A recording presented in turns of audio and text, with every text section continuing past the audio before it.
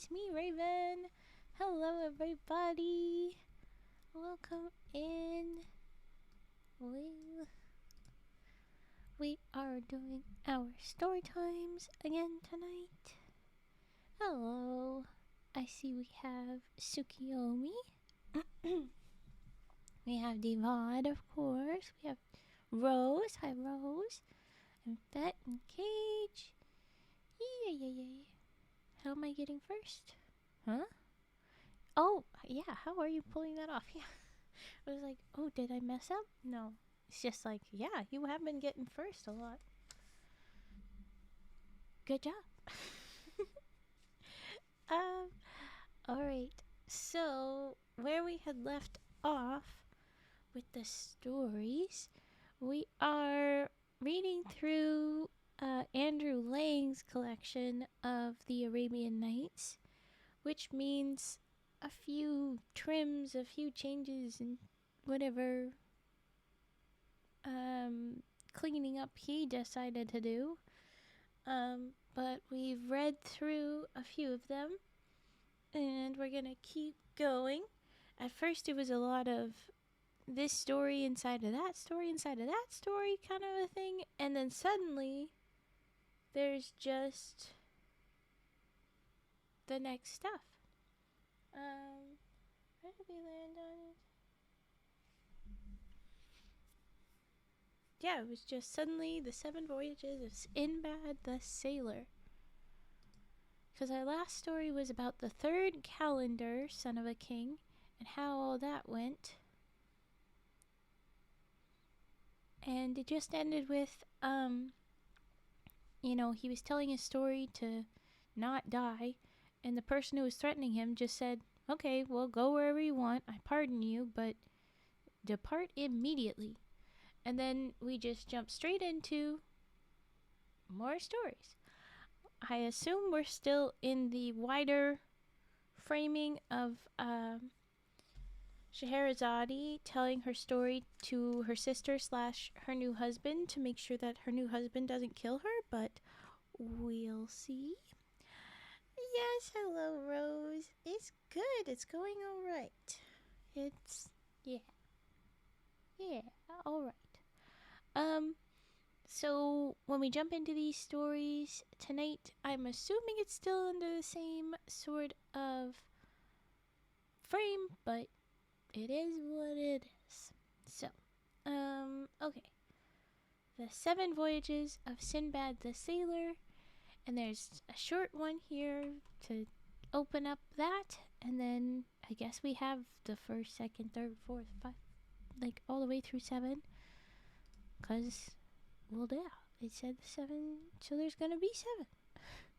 Is how that works. Let me just prep. Oh no. Let me just prep the thing. Notoriously long titles in this stuff, but after this one it gets shorter for a little bit, where they just say the 1st voyage, the 2nd voyage. Scratch that, they don't even say the, they just say 1st, 2nd. So alright, we're gonna read the 7 Voyages of Sindbad the Sailor, and then if there's no redeems, I'll just jump into the 1st voyage, because it's also pretty short.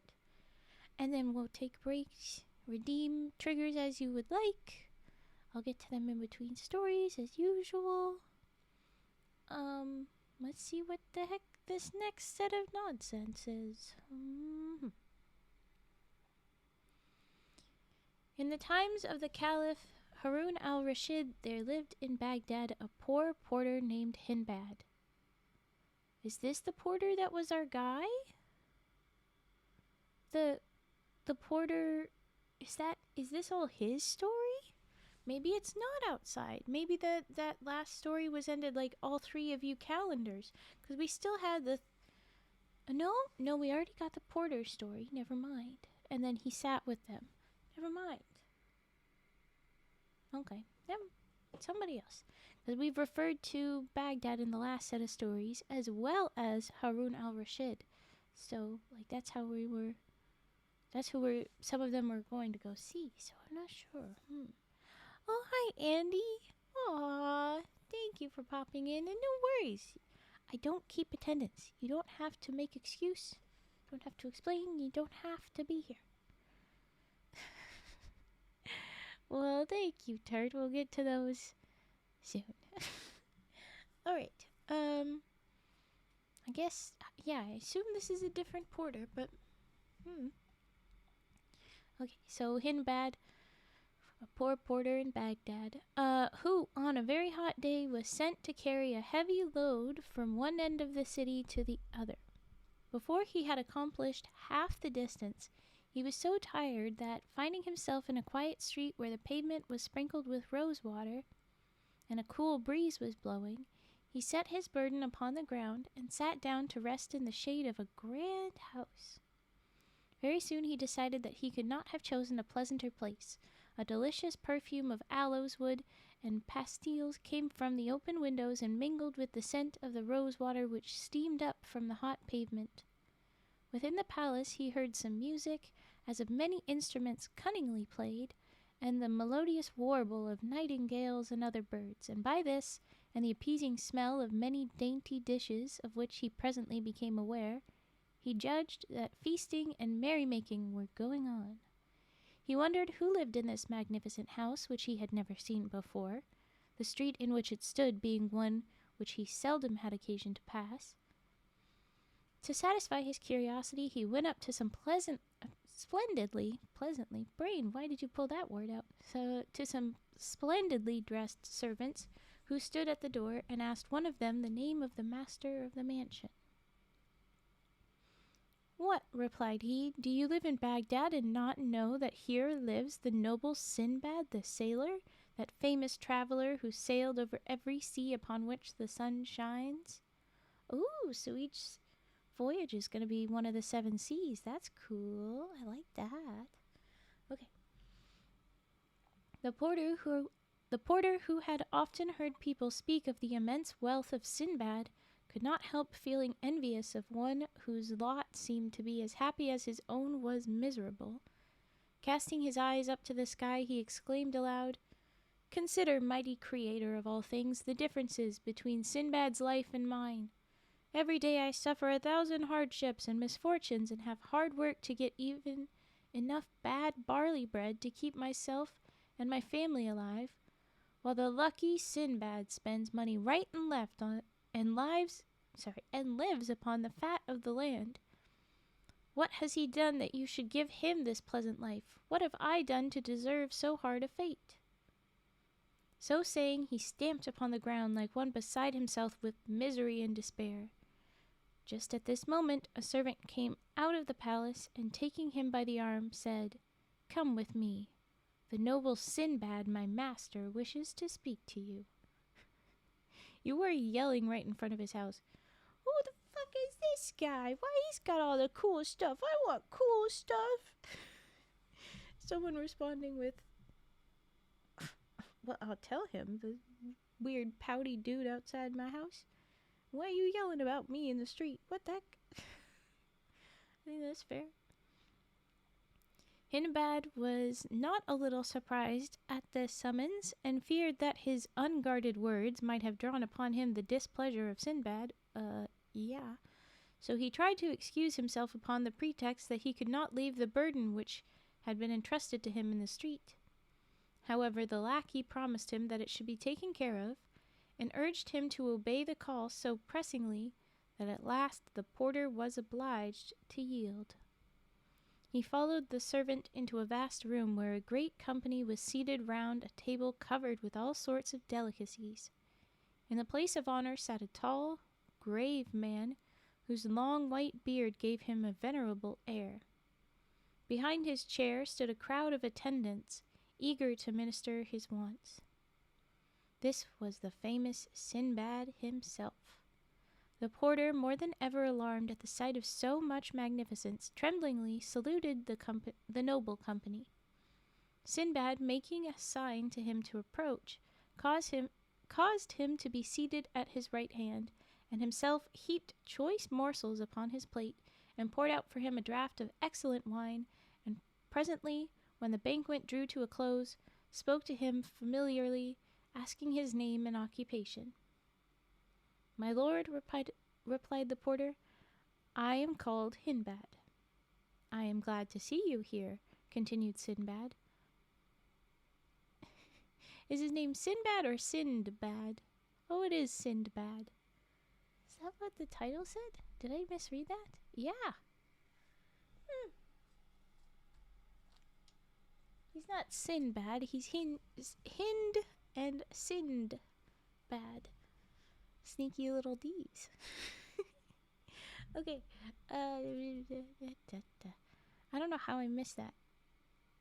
My brain's been scrubbing over it for a bunch, I guess. Glad to see you here, and I will answer for the rest of the company that they are equally pleased, but I wish you to tell me what it was that you said just now in the street. For Sindbad, passing by the open window before the feast began, had heard his complaint and therefore had sent for him. I knew it. Hi, Scooby. At this question, Hindbad was covered with confusion and hanging down his head replied, "My lord, I confess that, overcome by weariness and ill humor, I uttered indiscreet words, which I pray you to pardon me." I feel like that's a pretty good cover-up. Like, I know I was in a bad mood, and I know I chose the worst words. I'm sorry, please. Yeah. Okay. "Oh," replied Sindbad, "do not imagine that I am so unjust as to blame you. On the contrary, I understand your situation and can pity you. Only you appear to be mistaken about me, and I wish to set you right. You doubtless imagine that I have acquired all the wealth and luxury that you see me enjoy without difficulty or danger, but this is far indeed from being the case. I have only reached this happy state after having 4 years suffered every possible kind of toil and danger. Yes, my noble friends," he continued, addressing the company, "I assure you that my adventures have been strange enough to deter even the most avaricious men from seeking wealth by traversing the seas. Since you have, perhaps, heard but confused accounts of my 7 voyages, and the dangers and wonders that I have met with by sea and land, I will now give you a full and true account of them, which I think you will be well pleased to hear." As Sindbad was relating his adventures, chiefly on account of the porter, he ordered, before beginning his tale, that the burden which had been left in the street should be carried by some of his own servants to the place for which Hindbad had set out at first, while he remained to listen to the story. I was worried. There's like, is he going to get docked pay for a late delivery? But I also got to wonder, does that mean that the servants are going to get paid? Like, is it payment upon delivery? Or is it he got paid beforehand? Like, I'm worried about this poor man's. He's already poor enough. Like, can we not make sure he gets his money? But okay, whoever asked for that delivery at least is getting their stuff as planned. But poor Hindbad, if he's like, I said the wrong thing and now some other servant got all my work, I don't know how I'm gonna get this, and what if news gets out that I get distracted on the job? Oh no. Like, I hope it doesn't affect his career too much if he's already having a tough time. But okay, here is the first voyage. Let's check this out. The way it's put together, yeah, okay. That's cool. Not all of the stories have this, but for the Voyages ones, there's a little next. So that's cool. I haven't seen this before on the site. That's fun. Alright, so that was the first story. It's the little preface for the Sindbad adventures. And we already have redeems, so I'm going to do those. But short as these are, I could probably do 2 before I need to do a break. So I'm hoping you guys can chill out and let me read. I'm just teasing. It's fine. I'll do whenever you guys have the triggers. It's all good. We'll start with keys and the page flipping, and then we'll do humming. Sounds lovely. Okay. Okay, keys. You're up next.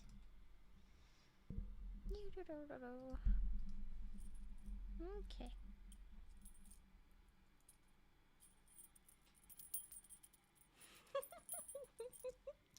Oh, Dirt's excited. Look at the little rats. Every time I see them, I think they're mice just because, they don't have the visible long snoot, but it's like, ugh, rodents either way. Cute little guys. Okay.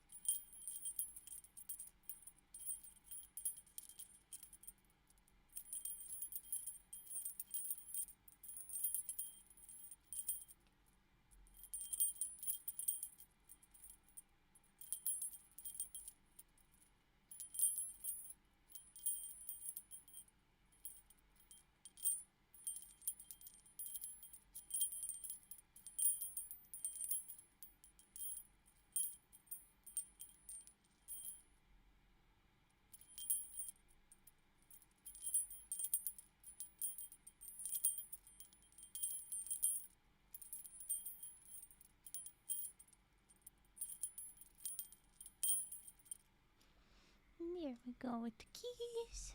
And now we'll do page flipping. Oh.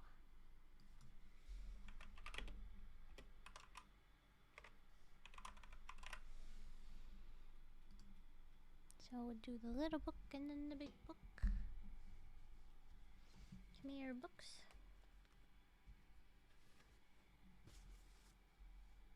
Here we go.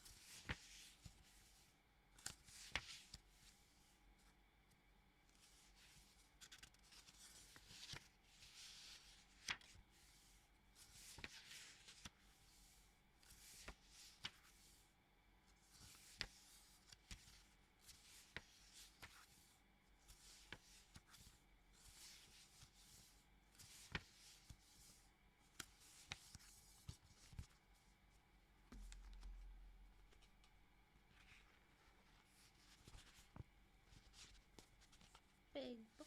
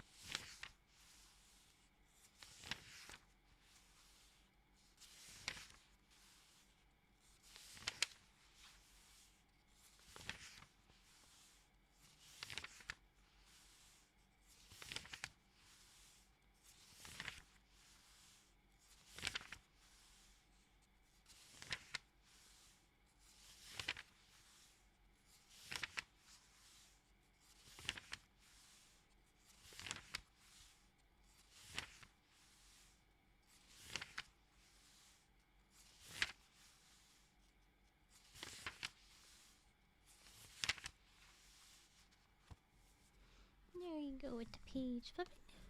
So then it's humming. We do some humming. Okay.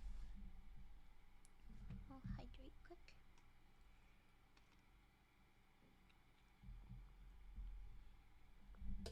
Okay.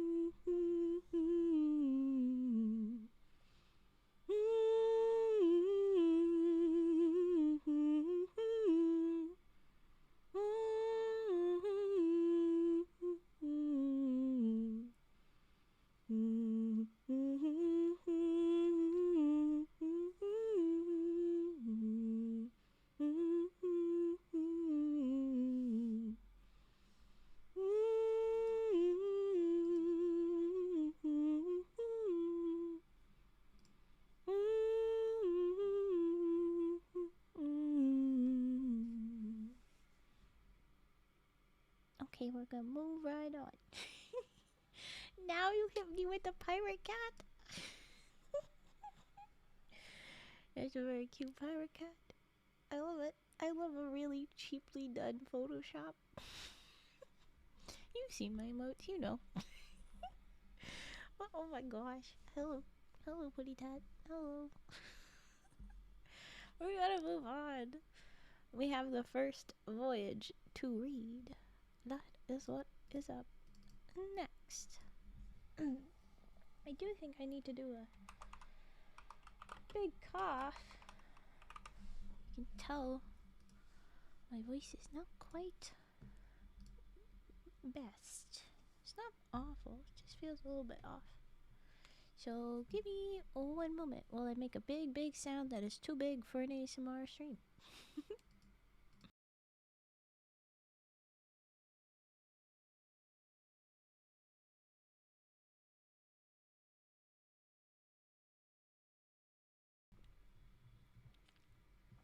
Hydrate to help if we can.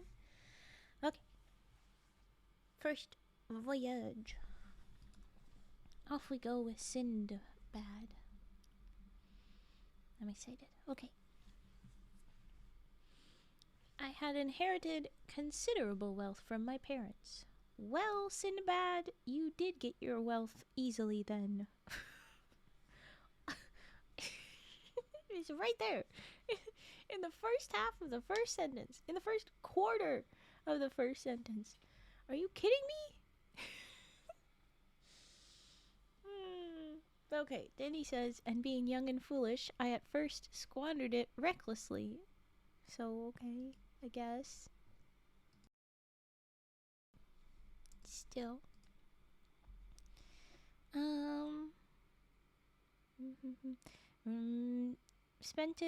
Squandered it recklessly upon every kind of pleasure, but presently, finding that riches speedily take to themselves wings if managed as badly as I was managing mine, and remembering also that to be old and poor is misery indeed, I began to bethink me of how I could make the best of what still remained to me. I sold all my household goods by public auction, and joined a company of merchants who traded by sea, embarking with them at Balsora in a ship we had fitted out between us. We set sail and took our course towards the East Indies by the Persian Gulf, having the coast of Persia upon our left hand, and upon our right the shores of Arabia Felix. I was at first much troubled by the uneasy motion of the vessel, but speedily recovered my health, and since that hour have been no more plagued by seasickness. So you had seasickness for the first little bit, and then you got better. But the way he says, and since that hour, it sounds kind of he means since that time, but my first read was like, you got over your seasickness in an hour? You were like, oh, I'm not feeling good. Shut up, Tommy. We've got 6 more voyages. And then was like, okay. That feels like a cool way to go about that. Okay.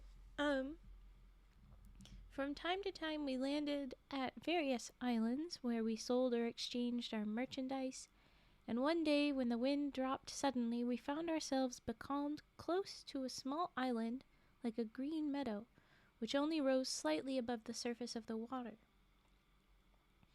Our sails were furled, and the captain gave permission to all who wished to land for a while and amuse themselves.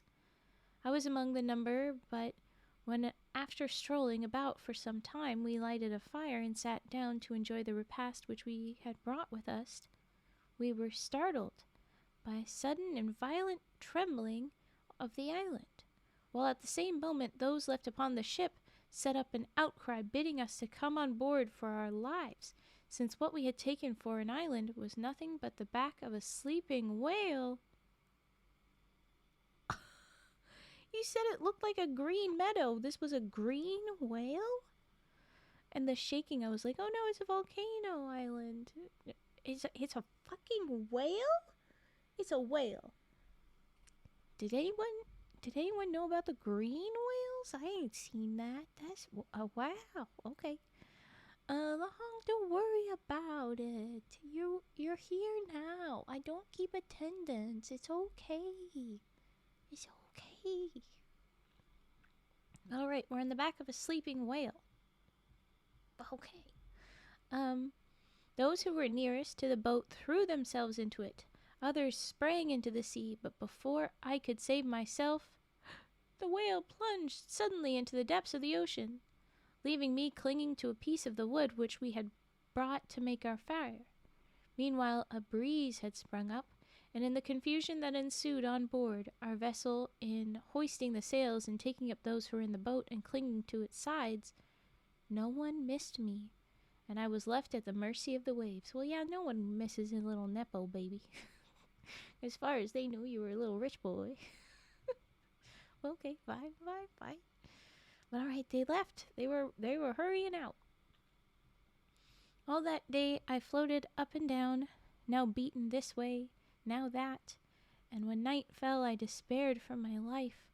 But weary and spent as I was, I clung to my frail support, and great was my joy when the morning light showed me that I had drifted against an island.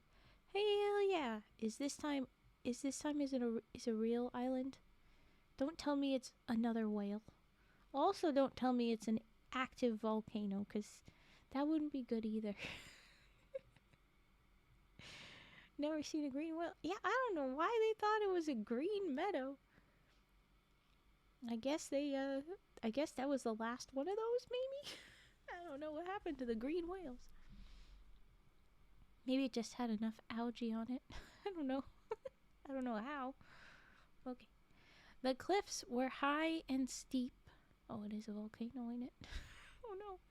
The cliffs were high and steep, but luckily for me, some tree roots protruded in places, and by their aid I climbed up at last and stretched myself upon the turf at the top, where I lay, more dead than alive, till the sun was high in the heavens. Booger whale? What the heck? No, not a booger whale. By that time, oh yes. By that time, I was very hungry, but after some searching, I came upon some eatable herbs. Whenever something says eatable, my brain is just like a little bit like, that's stupid, that's not a word, but it's absolutely a word. I'm just slow. I like edible more. And no, eatable is, it's perfectly valid. Stop doing this, Raven. Okay, eatable herbs and a spring of clear water, and much refreshed, I set out to explore the island. Well, all right. Presently, I reached a great plain where a grazing horse was tethered. Well, if it's tethered, that means people. And as I stood looking at it, I heard voices talking, apparently underground. Ooh. And in a moment, a man appeared, who asked me how I came upon the island.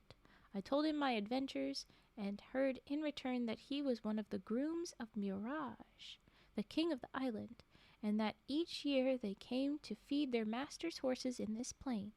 He took me to a cave where his companions were assembled, and when I had eaten of the food they set before me, they bade me think myself fortunate to have come upon them when I did, since they were going back to their master on the morrow, bleh, and without their aid I could certainly never have found my way to the inhabited part of the island. I was about to say, well, he did, but no, he only saw the horse. And so, yeah, it might have taken him a good long time to get to the part where there were people. Early the next morning, we accordingly set out, and when we reached the capital, I was graciously received by the king, to whom I related my adventures, upon which he ordered that I should be well cared for. Yawns. Okay, so he ordered that I should be well cared for and provided with such things as I needed. Being a merchant, I sought out men of my own profession, and particularly those who came from foreign countries. As I hoped in this way to hear news from Baghdad, and find out some means of returning thither, for the capital was situated upon the seashore and visited by vessels from all sorts of the world. In the meantime, I heard many curious things, and answered many questions concerning my own country, for I talked willingly with all who came to me. Also, to while away the time of waiting, I explored a little island named Castle. It's Cassel, Cassel, which belonged to King Mirage. I don't know how to pronounce it with the H in there. It's not Mirage. It's got an H that I'm like, I feel like I gotta go somewhere. But anyway, okay. Pronunciations when you're reading, you never know. Anyway, and it belonged to him, King Mirage, and was supposed to be inhabited by a spirit named Degial, Deggial. I'm gonna say Degial. Indeed, the sailors assured me that often at night the playing of timbrels would be heard upon it. However, I saw nothing strange upon my voyage, saving some fish that were full 200 cubits long. Well, that's big, isn't it? But were unfortunately more in dread of us than even we were of them. Yeah, I'm pretty sure cubits is solid size, and 200 is huge. But okay. But they were afraid of us, and fled from us if we did but strike upon a board to frighten them.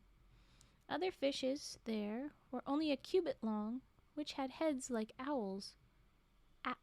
Owls? An owlfish? Anybody seen an owlfish? What the hell do you mean it's an owlfish? Can it turn its head around like 300 degrees? What kind of fish? What? These are some freaky fish, man. Okay. One day after my return, as I went down to the quay, I saw a ship which had just cast anchor and was discharging her cargo, while the merchants to whom it belonged were busily directing the removal of it to their warehouses. Fett is an owlfish. Yeah, I'm like, what?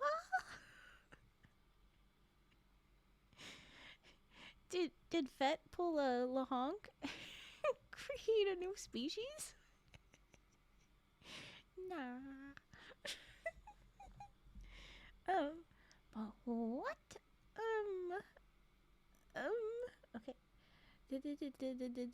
There's a ship. It's unloading. And they're taking the stuff to their warehouses. Drawing nearer, I presently noticed that my own name was marked upon some of the packages. Wait, what? Seriously? And after having carefully examined them, I felt sure that they were indeed those which I had put on board our ship at Balsora. Yay!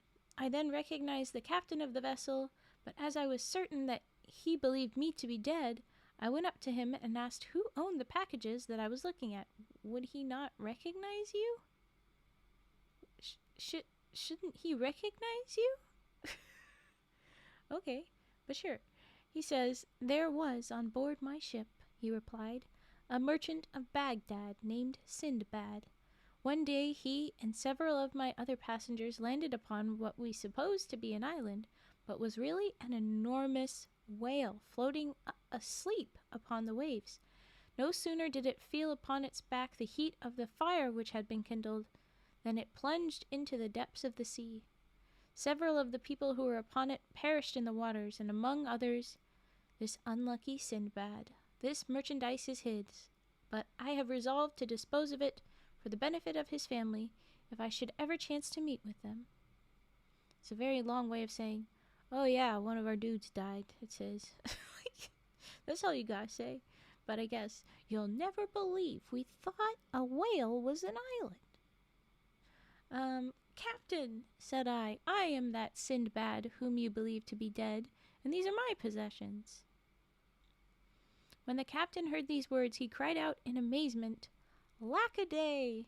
Not lucky day, but lack-a-day. All one word.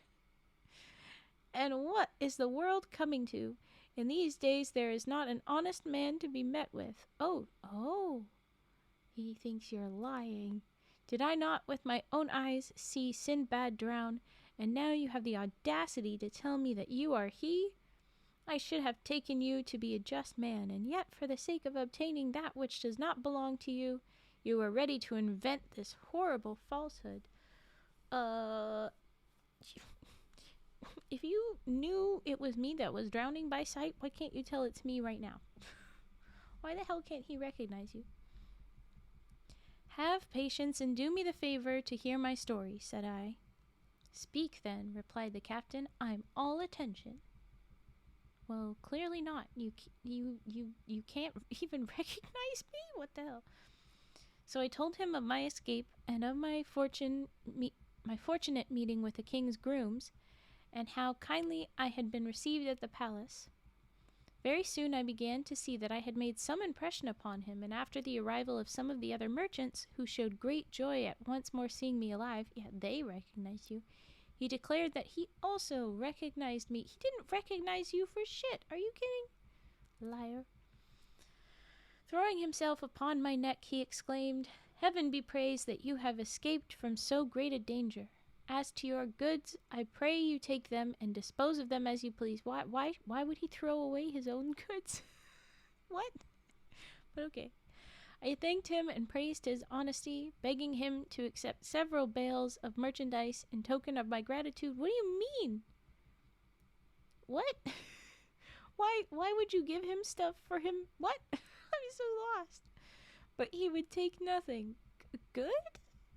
Of the choicest of my goods I prepared a present for King Mirage, who was at first amazed, having known that I had lost my all. Yeah, I guess him who saved you when you were, like, lost on the island is a good guy to give a gift to, but still.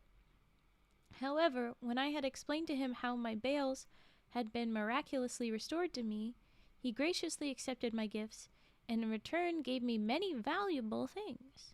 I then took leave of him, and exchanging my merchandise for sandal and aloes wood, camphor, nutmegs, cloves, pepper, and ginger, I embarked upon the same vessel and traded so successfully upon our homeward voyage that I arrived in Balsora with about 100,000 sequins. My family received me with as much joy as I felt upon seeing them once more. I bought land and slaves. Ugh. I want to vomit at that. Vomit frog for... Yay! I bought land and slaves. Ugh. And built a great house in which I resolved to live happily and in the enjoyment of all the pleasures of life to forget my past sufferings. Here Sindbad paused and commanded the musicians to play again while the feasting continued until evening. When the time came for the porter to depart... Oh no! Yawnings. Oh. When the time came for the porter to depart, Sindbad gave him a purse containing 100 sequins, saying, Take this, Sindbad, and go home, but tomorrow come again, and you shall hear more of my adventures. You got paid 100 sequins just to hang out? Yeah, that other dude can keep your fee, I think. I think that's a good idea. I think maybe all you had to do is listen to a story. I feel like it's a pretty good way to earn a living. The porter retired, quite overcome by so much generosity, and you may imagine that he was well received at home, where his wife and children thanked their lucky stars that he had found such a benefactor. Well, yeah. The next day, Sindbad, dressed in his best, returned to the Voyager's house, and was received with open arms. As soon as all the guests had arrived, the banquet began as before, and when they had feasted long and merrily, Sindbad addressed them thus: My friends, I beg that you will give me your attention while I relate the adventures of my second voyage, which you will find even more astonishing than the first. Which is always what he says. All of them, they're always like, well, this one's gonna be even better. Just you wait. Ha ha. Okay, so then it's the second voyage. Also not looking like a terribly long one.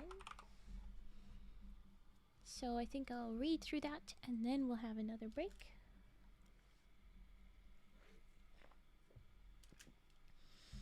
So he was a little rich boy. He sold his stuff to go be a merchant and make his own way because he was already almost out of stuff. Well, pretty much out of money, but he sold his stuff to have enough to go do something. And then he had that crazy adventure, earned himself 1,000 sequins. Oh, wow, Mike, why are you... Ooh, sorry, you're hearing the little bops. Because the mic is wobbling as I'm moving. Why are you wobbling? Stop it. What the heck? So he got his sequins, and he's all set. But off he goes again, I guess. I had resolved, as you know, on my return from my first voyage to spend the rest of my days quietly in Baghdad. But very soon I grew tired of such an idle life, and longed once more to find myself upon the sea.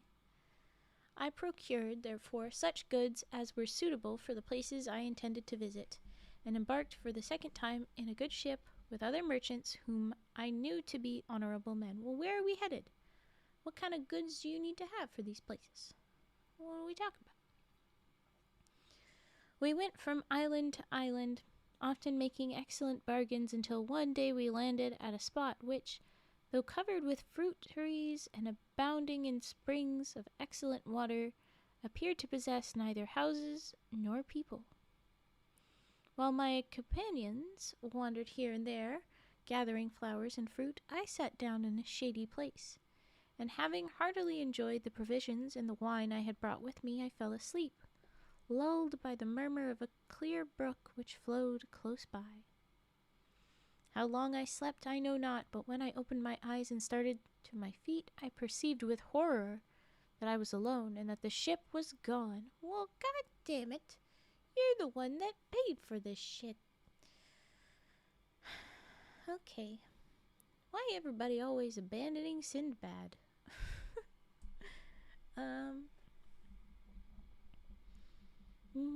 I rushed to and fro, like one distracted, uttering cries of despair, and when from the shore I saw the vessel under full sail just disappearing upon the horizon, I wished bitterly enough that I had been content to stay at home in safety.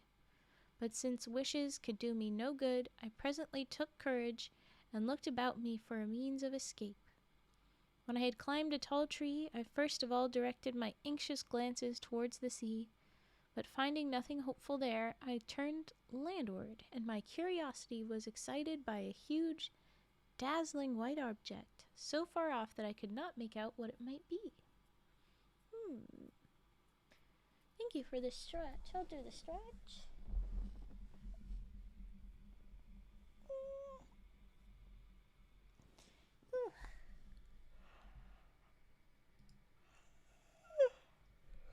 Fucking stretches making me yawn. Oh, hold on. We're gonna be loud as I just chair. Hold on.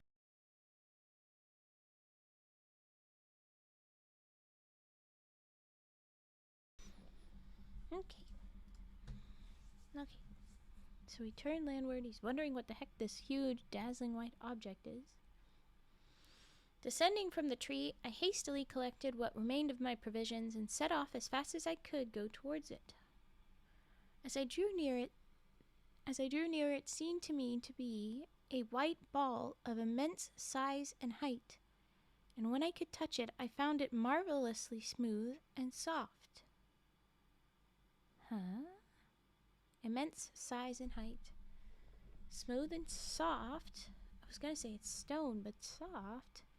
As it was impossible to climb it, for it presented no foothold, I walked round about it, seeking some opening, but there was none. I counted, however, that it was at least 50 paces around. By this time the sun was near setting, but quite suddenly it fell dark. Something like a huge black cloud came swiftly over me. Oh no. Oh, this is an egg. Oh no. I saw the next part of the sentence. This is an egg. Okay, huge black cloud came swiftly over me, and I saw with amazement that it was a bird of extraordinary size.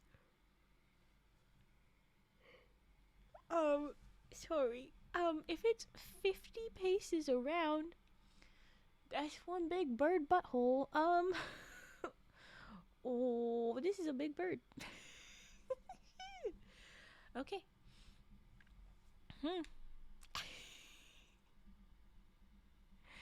It was amazement that it was a bird of extraordinary size which was hovering near. Then I remembered that I had often heard the sailors speak of a wonderful bird called a roc, and it occurred to me that the white object which had so puzzled me must be its egg. Sure enough, the bird settled slowly down upon it, covering it with its wings to keep it warm, and I cowered close beside the egg in such a position that one of the bird's feet, which was as large as the trunk of a tree, was just in front of me.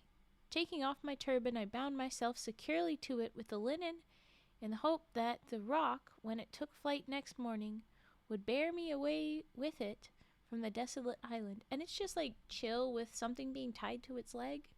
Like, oh, okay. Like, what? There's a somebody else by its egg.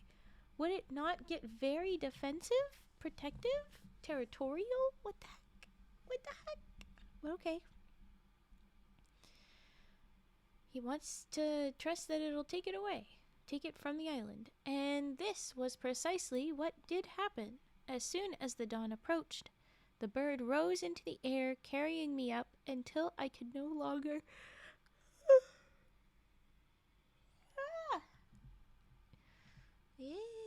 Okay.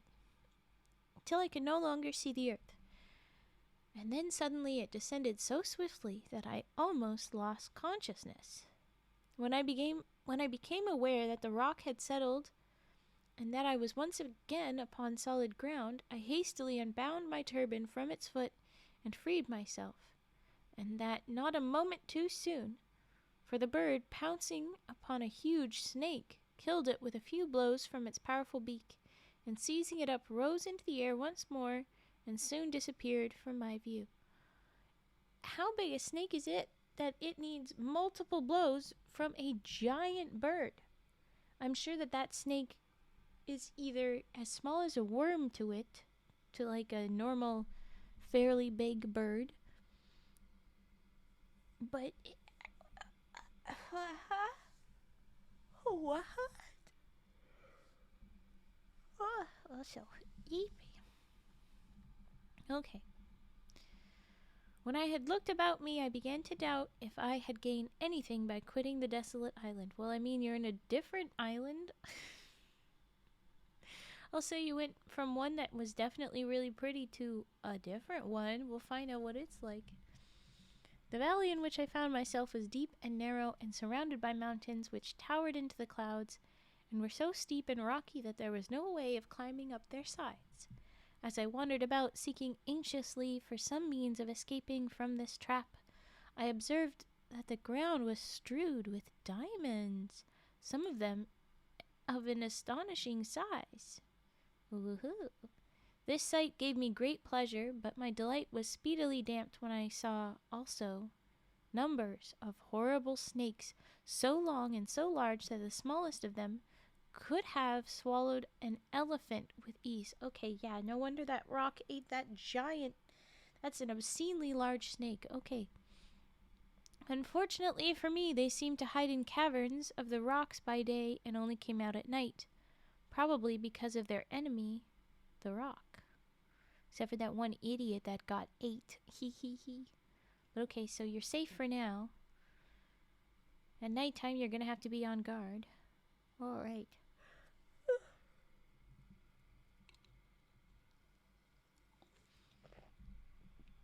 Oh, suddenly extremely eepy raven. What the heck?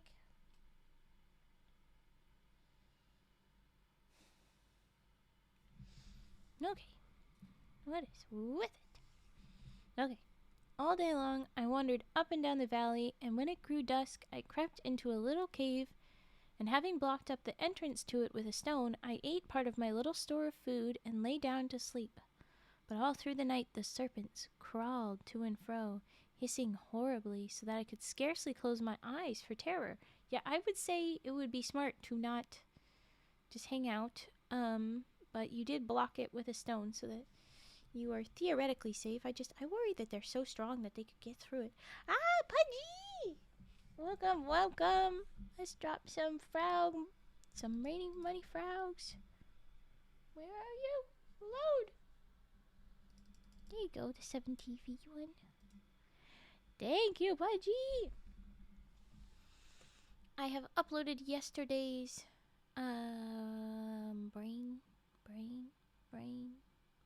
yesterday's VOD, that was it. I uploaded yesterday's VOD. You can see us trying out the new origami paper. Very thankful. It's very cool. It's mostly space, but there's also 2 papers that are northern lights or some sort of aurora. So they're very cool. Very cool.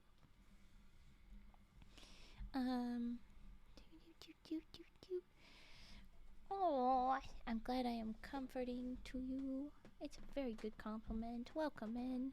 I am EP and way more distractible than normal, so I'm really pushing to not. But we're everywhere, folks. Oh my goodness. Okay. Alright, we're hiding. We've got the rock, but we're scared shitless, and we can't sleep.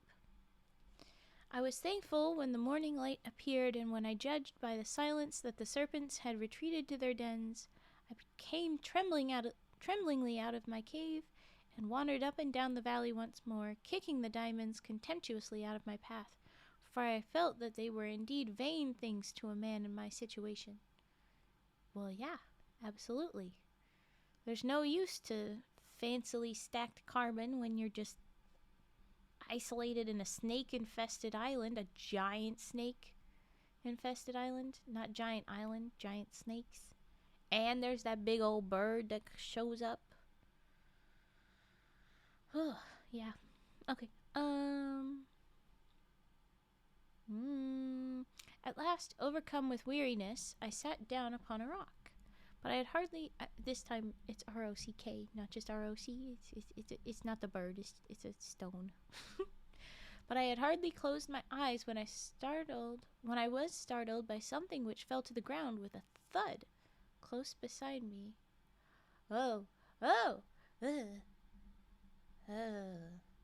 It was a huge piece of fresh meat, and as I stared at it, several more pieces rolled over the cliffs in different places. I had always thought that the stories the sailors told of the famous Valley of Diamonds, and of the cunning way which some merchants had devised for getting at the precious stones, were mere travelers' tales invented to give pleasure to the hearers, but now I perceive that they were surely true. These merchants came to the valley at the time when the eagles, which keep their eyries on in the rocks, had hatched their young. The merchants then threw great lumps of meat into the valley. These, falling with so much force upon the diamonds, were sure to take up some of the precious stones with them. When the eagles pounced upon the meat and carried it off to their nests to feed their hungry broods, then the merchants, scaring away the parent birds with shouts and outcries, would secure their treasures. Until this moment I had looked upon the valley as my grave, for I had seen no possibility of getting out of it alive. But now I took courage and began to devise a means of escape, just because people have heard of it before? Okay. I began by picking up all the largest diamonds I could find and storing them carefully in the leathern wallet which had held my provisions. I imagine all of the biggest ones that were loose, since, there was a whole conversation amongst the men of how to get the diamonds loose in the first place, because it was apparently so difficult, but okay, sure. Okay, we put it in the bag. This I tied securely to my belt. Then I chose the piece of meat which seemed most suited to my purpose, and with the aid of my turban, bound it firmly to my back. Where are these meat from? What, like, this meat falling from the sky? You're not going to ask what's going on? You're not going to be like, what? Are we at least saying that we're going to go find where the meat came from and go with those merchants? Because that's probably your best way home? We're not going to question where the meat falling from the sky was from? What the hell? Okay, fine.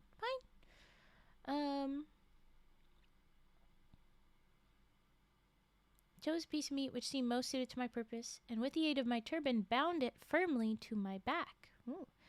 This done, I laid down upon my face and awaited the coming of the eagles. Oh, you're again waiting for birds to carry you. How big are these eagles? I soon heard the flapping of their mighty wings above me, and had the satisfaction of feeling one of them seize upon my piece of meat. Feeling them seize upon my piece of meat is a heck of a sentence, buddy. Or sentence particle. Oh, what?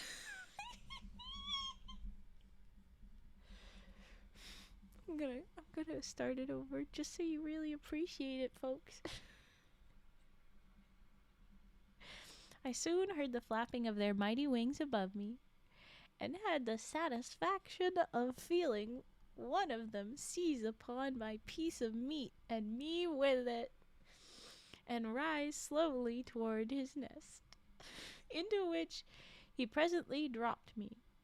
Luckily for me, the merchants were on the watch, and setting up their usual outcries, they rushed to the nest, scaring away the eagle. Okay, so you just used the merchant's trick and how you knew that the merchants would respond. So you did assume that those meats must be the merchants. That's good. That's good. But okay, how big are these fucking eagles? All right. How big is Sindbad? Hi, Coffee Beans Cafe. It's Raven. Call me Raven, but it has been a while. Welcome in. Oh, I bonked the table, which made the mic go. Woo. Okay. But the merchants are yelling. They scare away the eagle. Their amazement was great when they discovered me, and also their disappointment. You're not a diamond. Damn it. And with one accord they fell to abusing me for having robbed them of their usual profit. Well, damn it! Addressing myself to the one who seemed most aggrieved, I said, I am sure if you knew all that I have suffered, you would show me more kindness towards me. And as for diamonds, I have enough here for the very best of you, and me, and all your company. So saying, I showed them to him. The others all crowded round me, wondering at my adventures and admiring the device by which I had escaped from the valley. And when they had led me to their camp and examined my diamonds, they assured me that in all the years that they had carried on their trade, they had seen no stones to be compared with them for size and beauty. I found that each merchant chose a particular nest and took his chance of what he might find in it. So I begged the one who owned the nest to which I had been carried to take as much as he would of my treasure, but he contented himself with one stone. Considering they literally, well, it said abused you, but like, assuming they beat you for not being a diamond, you would have thought that he would have taken more diamonds from you, but okay. And that by no means the largest. Oh, and he didn't even grab the biggest one? Wow. Assuring me that with such a gem his fortune was made, and he need toil no more, I stayed with the merchants several days, and then as they were journeying homewards, I gladly accompanied them. Our way lay across high mountains infested with frightful serpents. Well, yeah. But then, as they were but we had the good luck to escape them, and came at last to the sea shore. Thence we sailed to the Isle of Rohat, where the camphor trees grow to such a size that 100 men could shelter under one of them with ease. The sap flows from an incision made high up in the tree into a vessel hung there to receive it, and soon hardens into the substance called camphor, but the tree itself withers up and dies when it has been so treated. I'm like, well, are you taking too much at one point? But I don't know nothing. In this same island we saw the rhinoceros, an animal which is taller than the elephant and larger than the buffalo. It's taller than an elephant? This man may have only seen a baby elephant. This may be the case. It has one horn about a cubit long, which is solid, but has a furrow from the base to the tip. Upon it is traced in white lines the figure of a man. What? What do you mean? Tracing the figure of a man? What the hell? The rhinoceros fights with the elephant, and transfixing him with his horn, carries him off upon his head, but becoming blinded with the blood of his enemy, he falls helpless to the ground, and then comes the roc and clutches them both up in his talons and takes them to feed his young. Unless he finds a big giant snake to feed to young, apparently. This doubtless astonishes you, but if you do not believe my tale, go to Rohat and see for yourself. For fear of wearying you, I pass over in silence many other wonderful things which we saw in this island. Before we left, I exchanged one of my diamonds for much goodly merchandise, by which I profited greatly on our homeward way. At last we reached Balsora, whence I hastened to Baghdad, where my first action was to bestow large sums of money upon the poor. Yay! We love a generous king. After which I settled down to enjoy tranquilly the riches I had gained with so much toil and pain. Having thus related the adventures of his second voyage, Sindbad again bestowed 100 sequins upon Hindbad, lucky dude, inviting him to come again on the following day and hear how he fared upon his third voyage. The other guests also departed to their homes, but all returned at the same hour next day, including the porter, whose former life of hard work and poverty had already begun to seem to him like a bad dream. My guy, he told you there were 7 voyages. You gotta know that you only have a week before you gotta pick that up again. But okay. Again, after the feast was over, did Sindbad claim the attention of his guests and began the account of his third voyage. We're gonna break now, so if you have redeems, unless nobody has any trigger redeems, but we're gonna do a break if you do. So his first voyage is the whale nonsense, washing up on islands. The second voyage is you fell asleep on an island and then got carried away by a giant bird because you messed around and found an egg. And the snakes and diamonds. So we got the whale. Then we got the birds, because repeatedly eagles. What's the third one going to be? What kind of weird animal moment is this going to be? Rage buffing! Why do you guys like that so much? Ugh. I'm so tired today, though. No. Okay, so third voyage. Tappy the singing bowl. Okay, you got it. We will tap the singing bowl. The third voyage is a teeny bit longer than the first two when we get to that one. Ooh, I see locusts popped out. So we're gonna see at least a reference to locusts at some point. That's the first animal, I guess. Alright, let's start with tappy taps or page ruffling. Yeah, let's do page ruffling.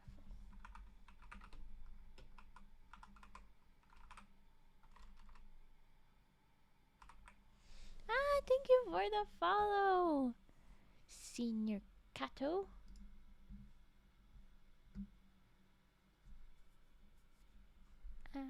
Hi, Will Cotton Candy Eater. Let's drop some dances in the chat for our new follow. Thank you very much. Yeah, frog jamming. Dance along, you little frog, with your little handkerchief. Sorry. You can shorten my name if you want. I don't know how you want me to eat it. I don't want to call you Wall. You're not cotton candy. You eat insulation. Insulation Eater is only a little bit shorter than Wall Cotton Candy Eater. It's a long name. And I'm not offended by it. You want to be called Wall? Hi, Wall. That reminds me of a bit. Oh my gosh. It's a Shakespeare bit. I am a well. I am the horn in a well. It's so silly. Rage puffing after page ruffling. That's what we're doing. But okay. I mean, my brain likes saying the whole thing. I might continue saying the whole thing. I might not. We'll see. But we're gonna do page ruffling now. Oh, let's just do adjustments and get the books. Okay. Little book.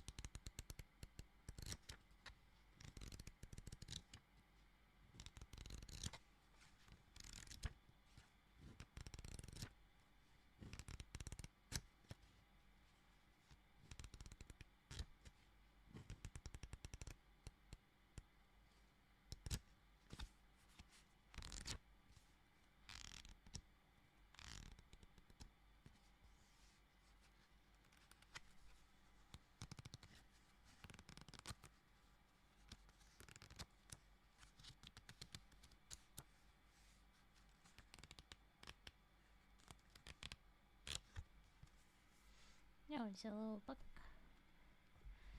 And now, big book.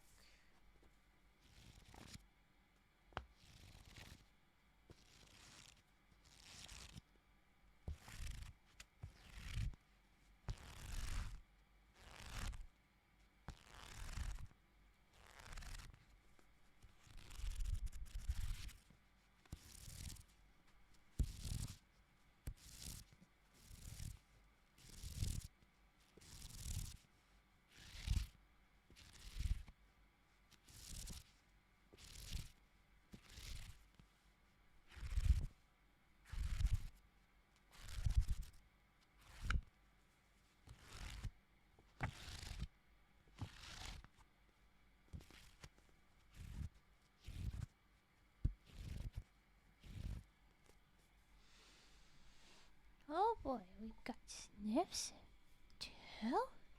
Well, first we gotta do the classic.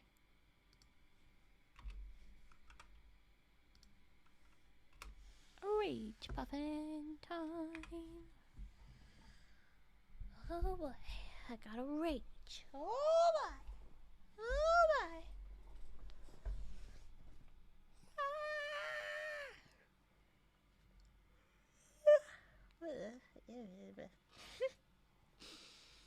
No, we're not doing 500 goose. I don't think you can fit that many. And even if you did, I am so not doing that. You did it yesterday on your note.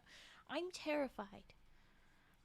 Lahonk, if you do that, I want you to redeem like a bunch more stuff, and then I not do those other stuffs because that's 500 words. That's too many. It's too many. Especially when I have to count them. Jeebus. Okay, anyway, Rage Puff. But, at least do it in, like, more manageable installments. I'd appreciate if you did it. Every 50 goose is a trigger word, so that I can at least rely upon, it's just 50 at a time. Because then at least I can break it down, you know?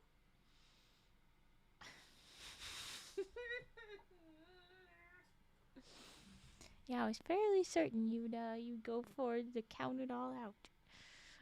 Okay, I got rage. Jeez. Okay.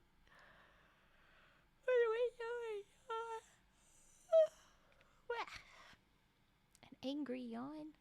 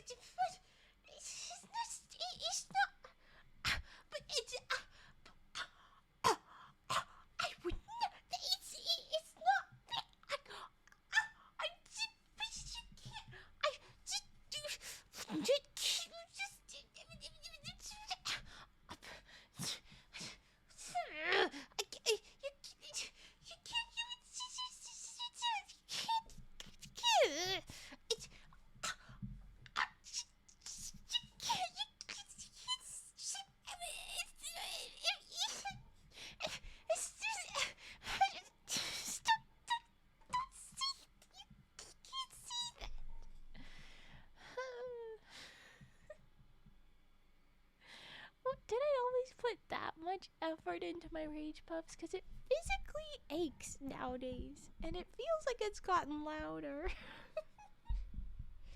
feels like I've gotten a lot more into it.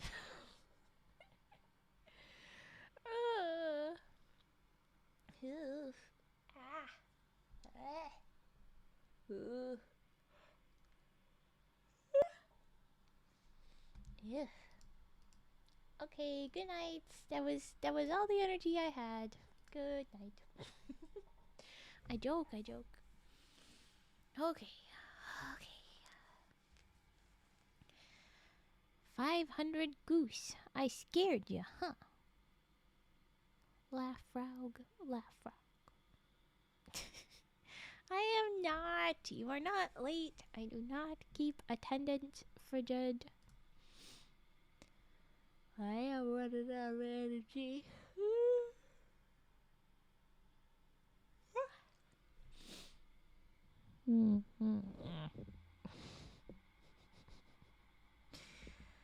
My forehead is leaning on the mic. I'm too tired. Yeah. Okay. I don't know what it is. You should keep attendance for exactly one stream. The problem is that the way I would have to do that, it was like, because I can't forcibly keep you all here. And I have no way of knowing when whoever leaves. Especially since, like, not all of the viewers be chatty. So it's like, how would I keep that up? It's like, I would be taking attendance for just one piece of stream, really. Just the first 10 minutes or something, and that's usually the least people in a stream. Or maybe it would be at a random point in the middle of the stream.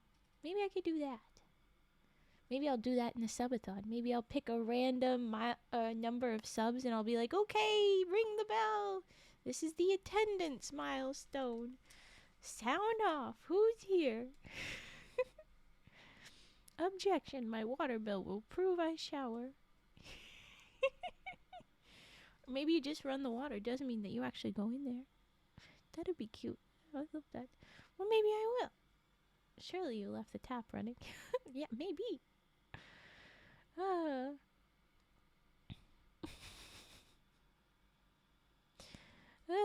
Okay. What was I? I have to do tappity tap.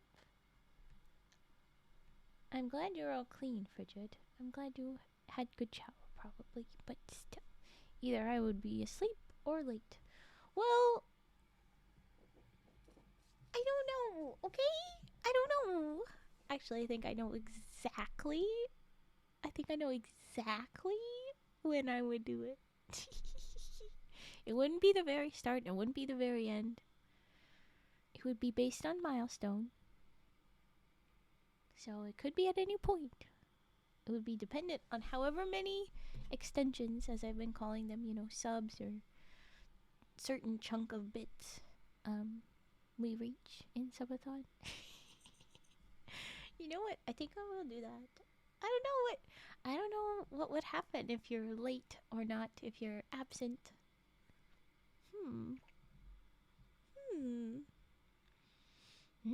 I guess chat's gonna have to figure out what kind of punishment whoever is late for that gets. Okay, we're gonna do tappy taps and then sniffs. We're tapping the singing bowl.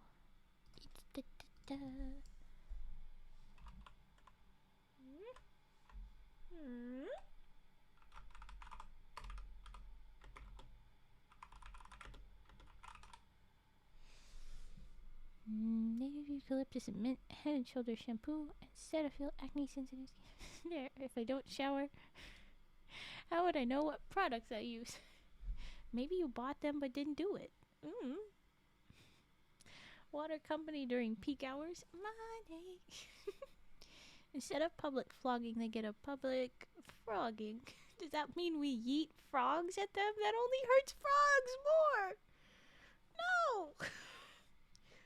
No. Also, I am certain then that Lahonk would volunteer for it, and I'm scared. I'm scared what that would mean. It's a good idea, but remember, we have a bunch of sex pests. No. A bunch of frog perverts. Trebuchet frogs. No! We type them out for 1 minute. Ooh! That'd be a lot of work on the mods. What if one of the mods is absent? No! Frog fight! If you mean the frogs are fighting, sure. If you mean throwing frogs at each other, no! The way they all lick them! The way they want Herbert's toes! The way you lick my frogs and want his toes and their... Yes! To be fair, Herbert is also a sex pest. We'll figure out what the punishment is later. I don't know what it is, but we'll figure it out. We don't have much time, but keep thinking. Put it in the Discord if you've got something. This is a gentle tappies. It's not a nails tappies. Gentle tappies, nails, gentle nails. Thoroughly freaking distracted raven. Jeez. Okay. How long to your subathon? Subathon is in 10 days. It is on November 22nd, 4 p.m. EST. It will start minimum of 3 hours, maximum of 20. And all the other details are upon the Discord and Blue Sky in the little photos. Uh-oh, so you're not gonna be there? Are you gonna be absent? You better have a doctor's note. No. Landlord comes to water so bad. Ooh. Okay, I'm gonna do tappies. I need to frickin' focus. I can do this. You work? No! Well, let's hope I have a very long stream. And then you can see it. But we'll see. Okay, here we go. Tappies, tappies, tappies time.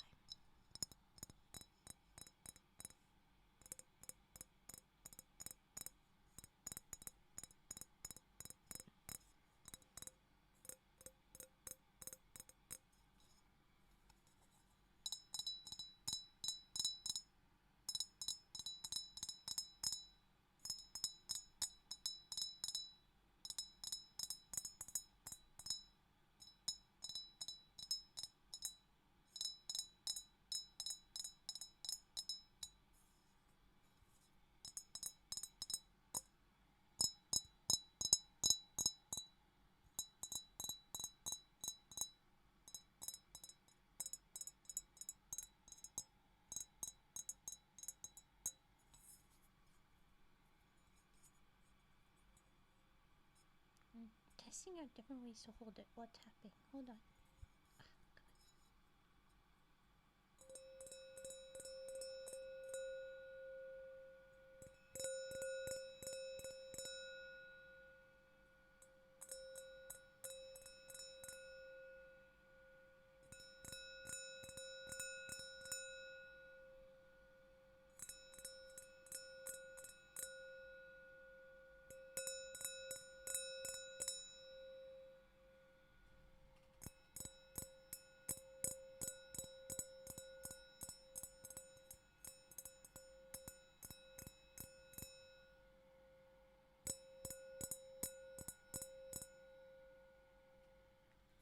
Nice one.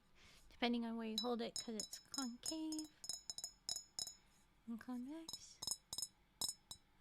And if you're suppressing it, like I just held it, or you have it open so it can ring. Very fun ways. Playing with them. It's fun, okay? I get distracted. Okay. Imagine throwing a frog fast enough it makes a burb go poof. I don't want to think about it. Just like the did anybody watch Ted Lasso? Just like they have that bit where where the player also had the ball go too fast, but they didn't get a bird. They got a dog that was going after burb. Oof, oof. Yikes. Where was my brain? I don't know. Oh, that's where it was. Okay, so La Honk. Frog Story. I will start off with Frog Story, and I realized I should probably have a second read the Frog Story partway through the stream, so in case of something like yourself where you are busy from the start, because people will not be there at the very start, and I want people to hear the Frog Story. So I think what I will do is I will read the Frog Story at the start, and then at another section, if I run out of things to do in one of the sections, or by the time we get to, because eventually it's I might get around to the next chunk of timing. It might get to reading again. If we get around to that, I will start off the next reading section of stream with Frog Story again. But the first section is Frog Story and then folktales, and then later we'll probably pick it back up. Yes, it is Friday the 22nd, so not this Friday, a week from Friday at 4 p.m. EST we start. But again, nuh-uh, should wait for me. That's not how this works, La Honk. I don't keep attendance. How am I supposed to be for sure? I mean, the way you guys lurk. But I promise we'll do that. And I think what I think what I'm gonna do is I'm going to, because I've done little side things, I think I'm gonna end up also recording me reading the Frog Story on my own for one of the YouTube videos, probably, so that I can make sure that everybody has access to it directly. What are the goals? They are in the Discord and on Blue Sky, so you can go find them. I put a lot of effort into preparing it, but I'm gonna be totally honest. They left my brain the second that they got permanently put up like that. They're gone. They are not in my brain. They're not. They might come back into my brain once it's the day before stream, but they are not in there right now. It is bread. It is very tired, very distractible bread right now. No facts. No facts. Nice ridge. What? Brain. Cooperate.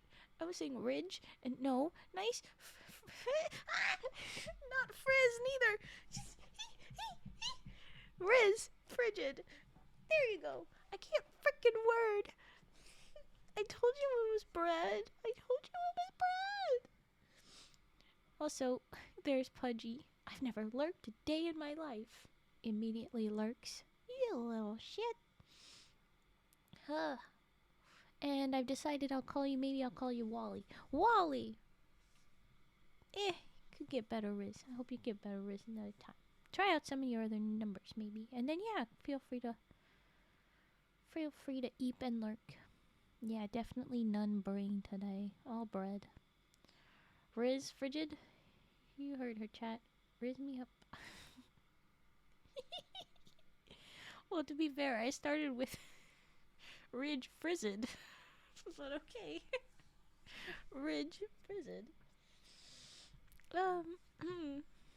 Dear Jesus. Spoonerisms, right? Mixing up all the sounds.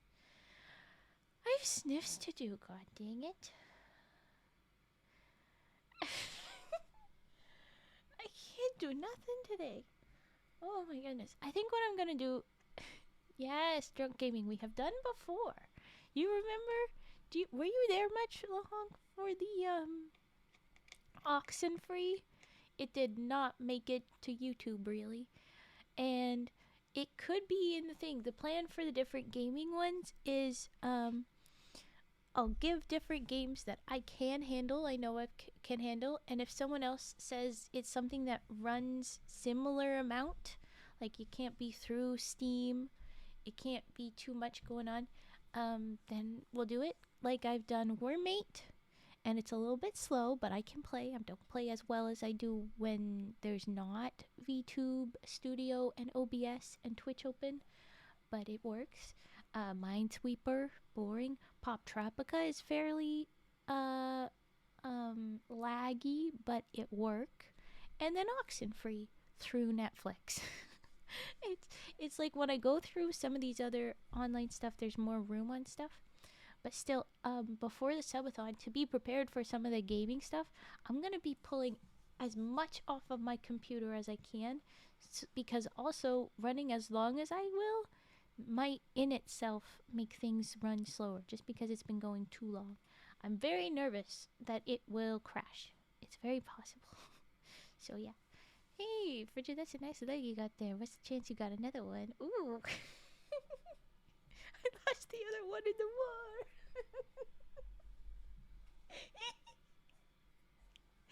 Oh, you guys.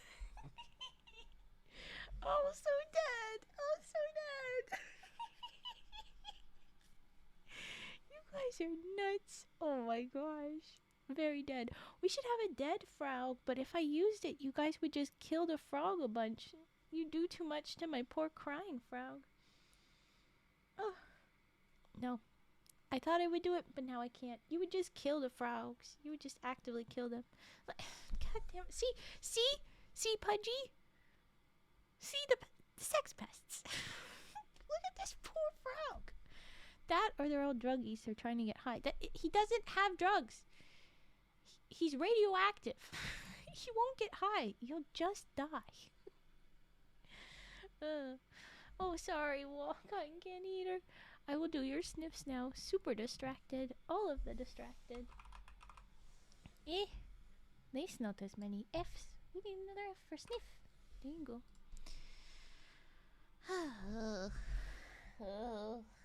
Okay. We're doing sniffs. Here we go. I can do this.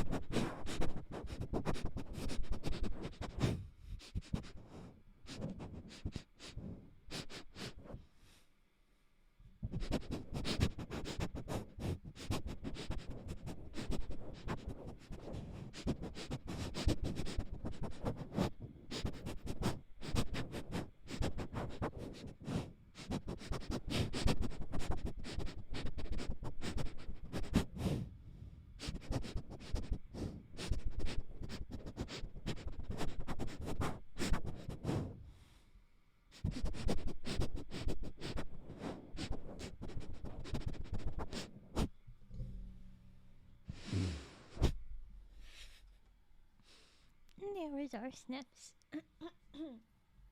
Yeah. While Cotton Candy Eater, the bonk is just it's on its cooldown. It it doesn't want to bonk right now because it just did bonk, and it's being bratty.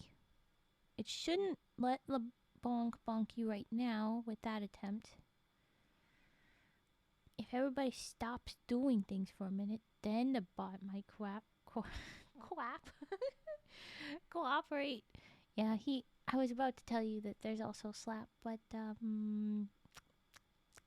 he got you there. You have to give it some time. My gosh. Even my bot can't cooperate. The bot can grab? No, clap. That could be crap or clap, but anyway. Yeah, I'm sorry. Cage, what I was really wanting to brainstorm was punishment for those who are late. For my one time I'll take attendance. We are theoretically going to do that during the subathon at a random number that I have chosen for subs milestone. It'll be a secret number in my head that I think that would be silly. It can't be a real punishment. It has to be a silly punishment. I think that would be silly. I think it would be fun. So anyone that isn't in attendance, write a report. Oh no! An essay. Yeah. Oh, that's interesting. D20 roll is a surprise. I've alluded to a couple things that are on the D20 roll, but I'm gonna keep it mostly surprises. You're gonna find out day of. But for the games cage, I would say it's tough because I don't know how much it's gonna demand on the computer until I try it. So yeah, I mean, always if you have one that you're like, oh, it takes like nothing, then we could try it. If it's also free, that's extra good. But yeah, I run VTube Studio through Steam in a way that's like open it without Steam, so I could theoretically try and play a game through Steam doing the open without Steam if I check that that's one of them that can do that. So I had heard that there's another Oxenfree. We could look into that. And I think that would be something that we could try and do. Games, I played a solo session of Strip Poker and lost somehow. Everyone loses when you play it alone. 20 makes Raven eat a frog. No. Does each number have a punishment to you? Each number has a punishment to me or a treat for you, basically. Because it's things that I think you guys would enjoy, either because I suffer or because you have fun thing to do. Go eat, Walk on Candy Eater. Go eat. Sleep well, Wally. Yeah, Wally's not bad. It's not awful. Lurking away. I don't want to punish Raven. I'm punishing Raven. They're silly. None of them are too bad. It'll be good. Don't worry. I wouldn't have put them on there. So it's every 5 gifted sub at once or built up. Built up every 5. We're going to do our best to keep track of numbers. I'm going to have a little notebook that I'm sure I'll get a bunch of stuff wrong, but that's where my mods will hopefully help me out. Punish the mods. No! They are amazing and are helping me out and do not have to do so. And they are not paid and they have other lives and things to do. Yeah, look at that angry little owl. Don't punish him. Look at that owl. It'll rip you to pieces. Scary, spooky owl. Ruh-roh. For certain. For certain it is ruh-roh. Thank you for Hydrate, Wally. Oh, I need to cough in a second.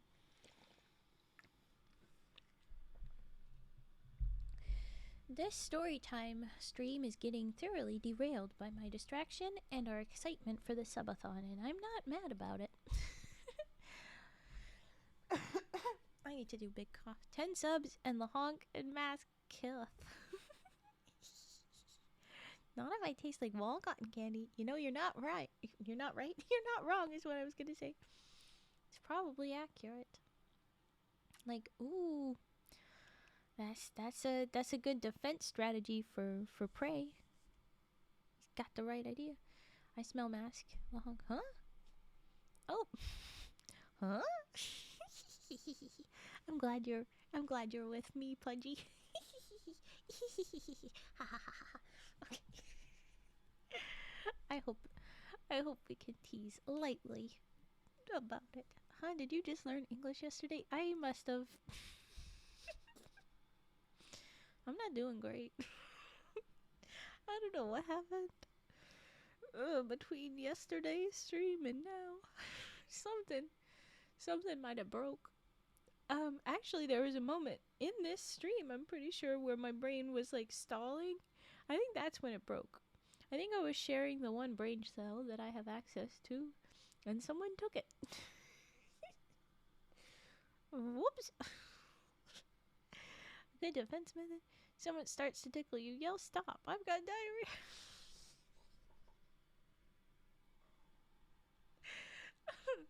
I guess I'll have to try that at some point.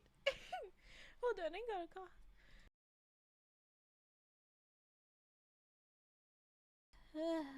Did you download the new Raven OS update?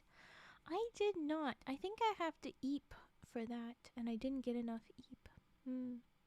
Highly possible. I have 2 of them. You mean brain cells? Yeah, that's nice. What's that like? It is Patch Tuesday. It is. I need eep so that I can patch. It'll be great. I'll get there. It'll happen. Yes, sadly, need one. You are about to eep. I could probably borrow one while you eep. No, I'll live. It'll be okay. Oh my goodness. Oh my goodness.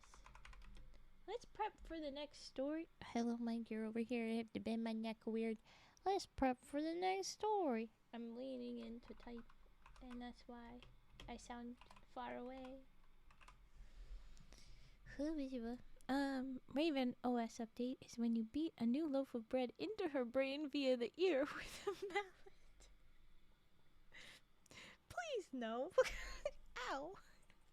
Here, have one of mine. Oh, that's a good blink.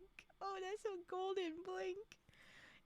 If we get ourselves emotes where I see my face and not just frog ones,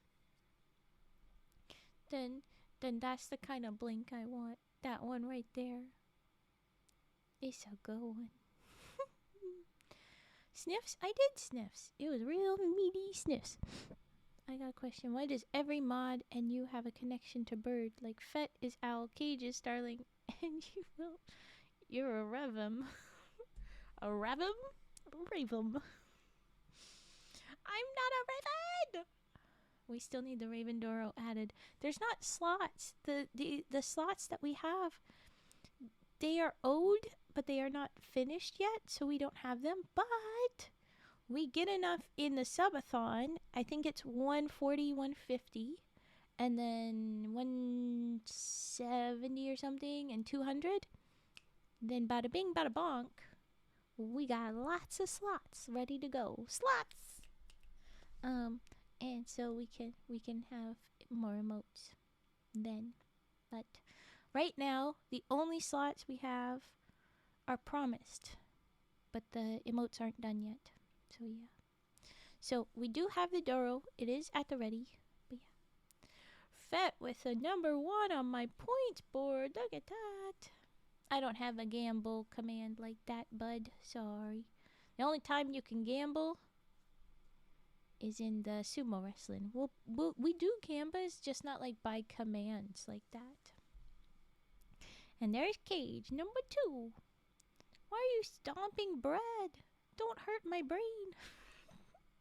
It's all the brain I have right now. Look at that, Longs, number 3. Frigid, you got a lot of space. Maybe you are late a lot. Look at that, 26 for how much you chat in here. Maybe you are late. No, I don't keep attendance. Where's Pudgy? Oh, you got 37. Ooh. Top 5. Fat Cage, Lahonk, Velgor, and Turtle Boy. Bam, bam, bam. Bubble wrap pops. Oh, yeah. I'm so distracted. You could redeem right now, even though I've got the next story at the ready. You could pull that off. We could do that. I've never missed a stream since I arrived. Never? Congrats. Okay. Volgar being on the list is so funny because he said maybe 3 words and is a perpetual lurker. Yeah, none worries with me or that. We love a lurker. That's why I spent the time animating that little lurk. I love my little lurk. That's why I put it in the thing. And now you're licking my brain? I mean, it is important for the brains to be moist. As uncomfortable it is to say and think. I don't think it's saliva that's supposed to be in there. We love lurkers in the aviary too. Yeah, Velgor is Batman. It's Batman. I'm immediately thinking of some dumb impressions that are awful. Oh, even worse than mine. I hope it's not Batman. I hope it's not just some Nepo baby vigilante. Please. I always lurk at night to eat, but back to eating. Yes. Just when he was about to fall asleep. Oh no! Stop beating up my brain! Although, I guess if it was dough, you could knead the dough. But it's the brain is made of moist. It's practically gray sludge. It is. Try the gray stuff. It's delicious. Wait, what? No. Hi, Flino. Welcome in. I'm totally, definitely mentally well right now. Can't you tell? I'm gonna do bubble wrap pops. But technically, Turt, we did keys during this break, so I should not do keys now. Wait, did we do keys? No, we didn't. Never mind. I could do keys. I want to get to story soon. That's what I mean. The brain is many. Fun fact: I've only ever seen one hero action Marvel or DC movie. That is all. Well, dang. Which one? Hello, Brad. Yes, Brad. I like that little derp. Let's go in. Need to catch frog. Polar bear, owl, a cat, starling, rat, and that should be enough for a zoo. Yeah, it's a very fun little zoo. Most of your zoo is in small, but then one great big freaking bear. Sure. Can I brain at all right now? I'm doing Brum. Phoenix Joker. Ah, okay. I've got a potato. A very important stop at the zoo. Oh, and a monkey from Yar. Yes. Yar is monkey? Wow. Okay. I need to do bubble wraps. Not doing third voyage yet. Doing...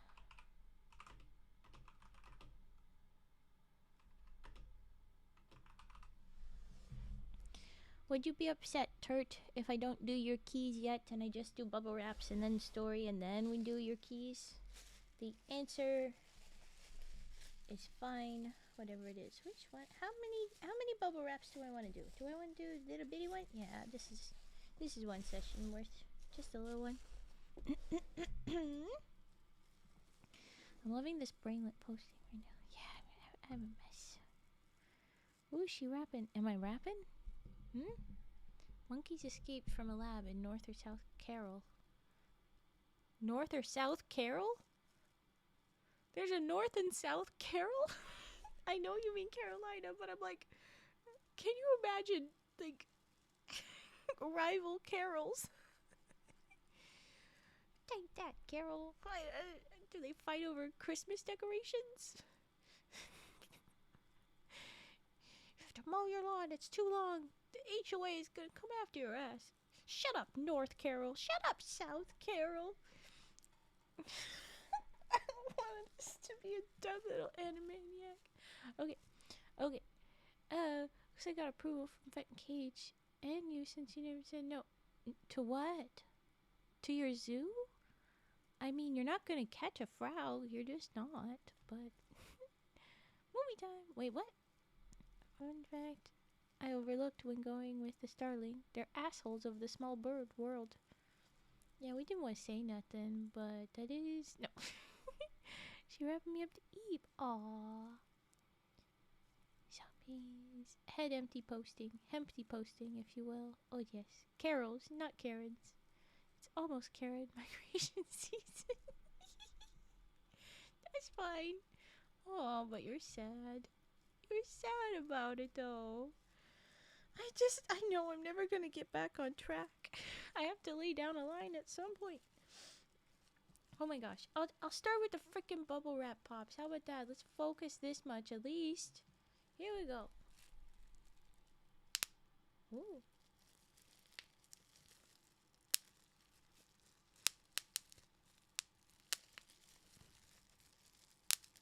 Yum, yum, yum. Sorry, what?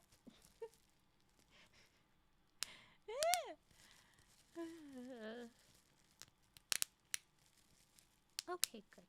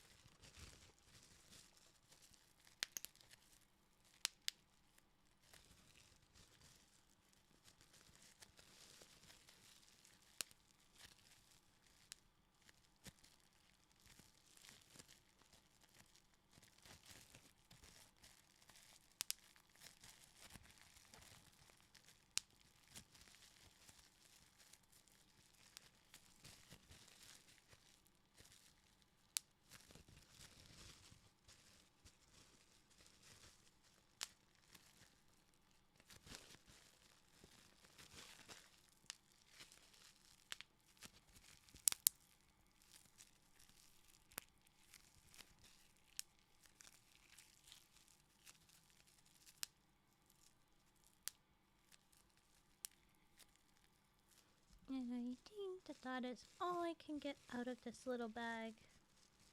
That was a bubble wrap bag. Now it's deflated bubble bag. Deflated bubble bag. Look very wrinkly.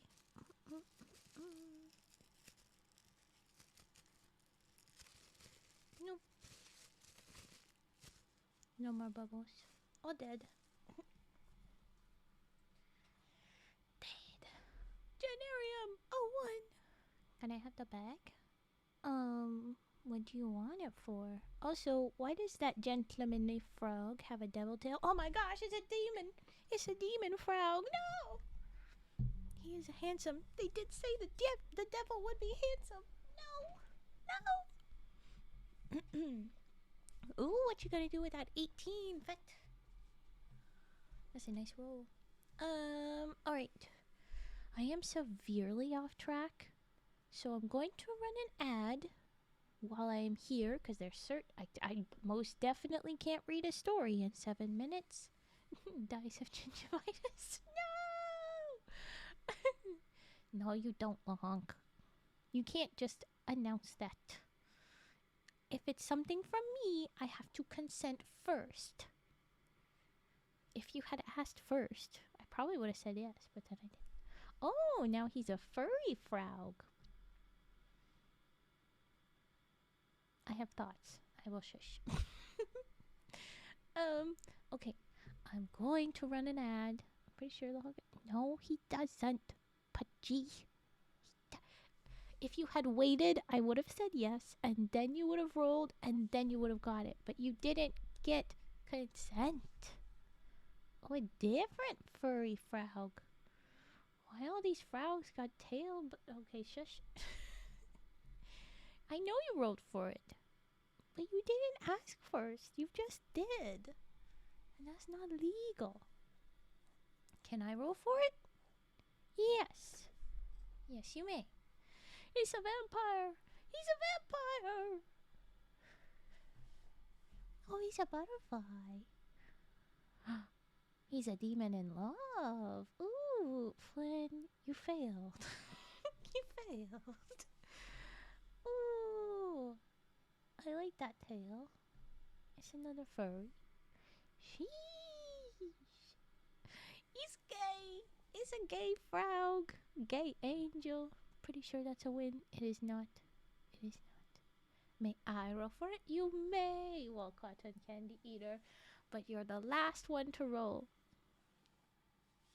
You're the last one. No one else may if you're the one that rolls. Oh no. I was about to say, so do you really want to do it? Are you sure? You roll a 4. Fuck. Yeah. Yeah. Okay, I'm gonna run an ad. And then we're gonna get into the story, okay? No, you cannot redo your roll. I'm sorry. This is so unfair. Riot.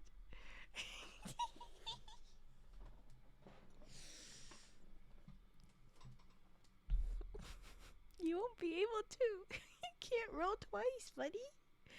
Aw, you redeemed Kalimba. You will have to spend your points, it's true. But you will get Kalimba at the next break. I need to focus. I'm going to run a 1-minute ad. I'm going to read this gosh darn third Voyage story, and then we're going to do Keys and Kalimba. Here we go. Oh, you're a pouty little furry frog. Oh, I love that. Vomit your rainbows. Vomit it all. Yes. No, you cannot riz for it. You'll get your Kalimba, just not for free. Okay, I'm running the ad. Such chaotic chat, my goodness. Yeah, pretty nice. Focus. I don't have ability to focus. You guys can't do this to me today. Ad, take this. That was me hitting you with an ad. But it's taking a second, so never focus. Well, you want to know what I say to that? I have unlimited points. I don't even have to redeem them. And there's a certain trigger I think I'm gonna have to redeem. Maybe. Laughs and subscriber.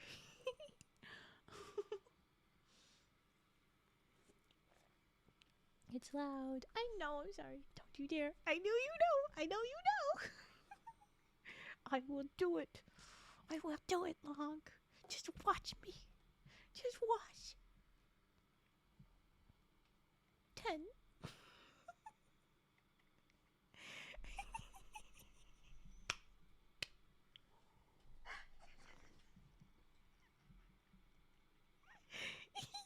I didn't do it. Oh, isn't that fun, Long? Look at this. Pudgy did it for me. I didn't have to do shit.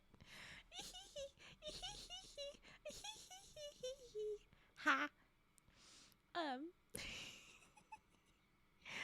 With that, Pudgy, you have a very unclear length. It just says 10. 10 what? I don't know. If you meant minutes, maybe drop an M. There's emoji M. I don't know if you can drop it, and you'll figure out something. A yes, a nodders, an M for 10 minutes. Otherwise, I'm going to assume for rest of story. And that's what we're going to do. And we're going to do the third voyage. The third voyage. Here we go. Sindbad has weirdly almost died on the back of a whale, and in the same story, almost died elsewhere with island. Then almost died because he was hanging out with a giant egg. Almost died because he was flying on the leg of a giant bird. Almost died because giant snakes. Almost died because diamonds and more snake scary. But that was less stressful. Almost died because of the other birds, maybe? You know, oh, wow, that's a hell of, that is sure an emote. Wow,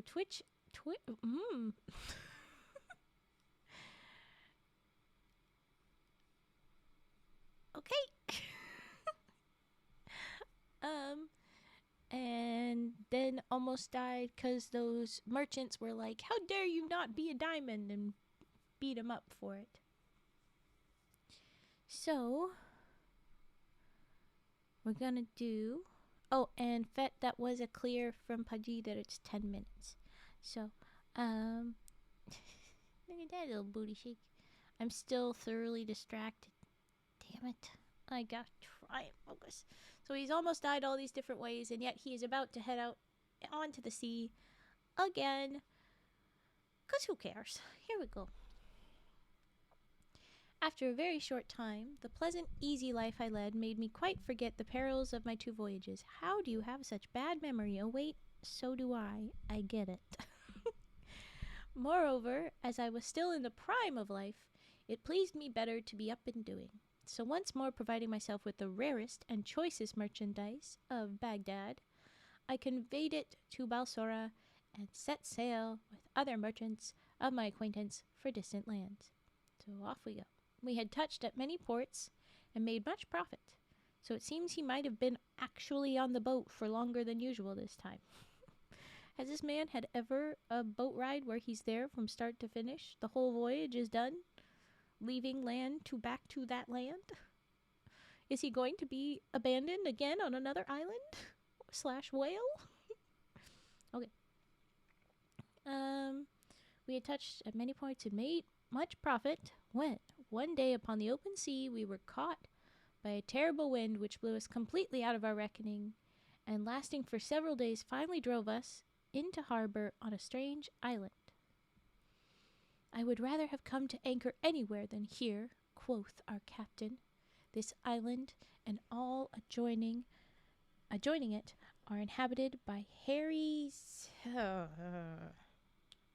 I will not use that word to describe people, even if they are hairy, which might imply that they're not exactly human. I refuse.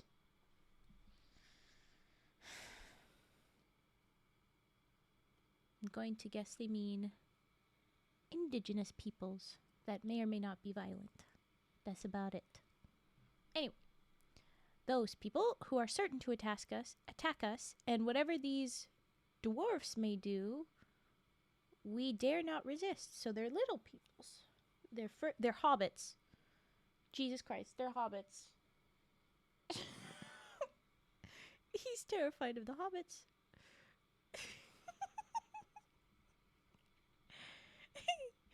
Okay.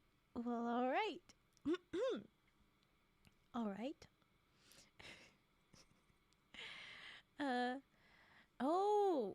I had said that I saw the word locusts. We are referring to them, but they are not in fact what we are doing. We're referring to these dwarfs as locusts, which is another awful thing. But okay.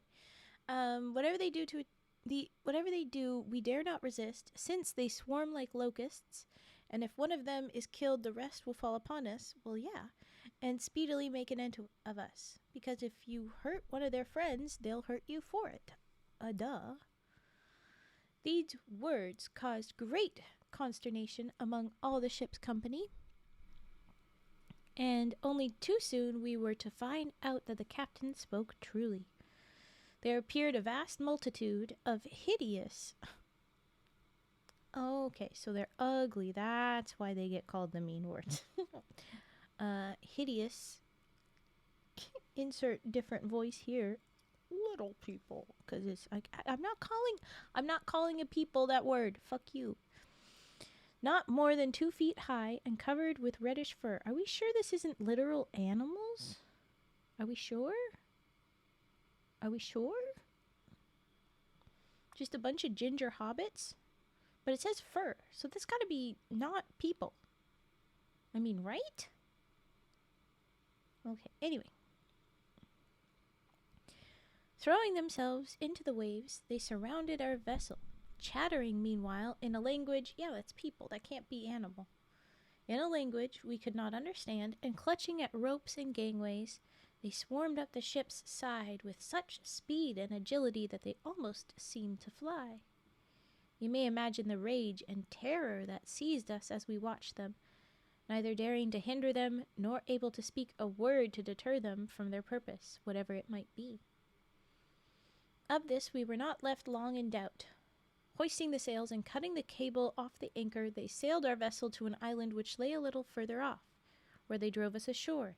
Then, taking possession of her, they made off to the place from which they had come, leaving us helpless on a shore, avoided with horror by all mariners for a reason which you will soon learn. Okay, so they took your ship and made you get off and go to an island that is even worse. Maybe if you didn't call them such mean names all the time. No. Turning away from the sea, we wandered miserably inland, finding as we went various herbs and fruits which we ate, feeling that we might as well live as long as possible, though we had no hope of escape. Presently we saw in the far distance what seemed to us to be a splendid palace, towards which we turned our weary steps. But when we reached it, we saw that it was a castle, lofty and strongly built. Pushing back the heavy ebony doors, we entered the courtyard, but upon the threshold of the great hall beyond it, we paused, frozen with horror at the sight which greeted us. On one side laid a huge pile of bones. Human bone. Oh my God, frigid. Yeah, I'd be the eyeball guy for that too. My good,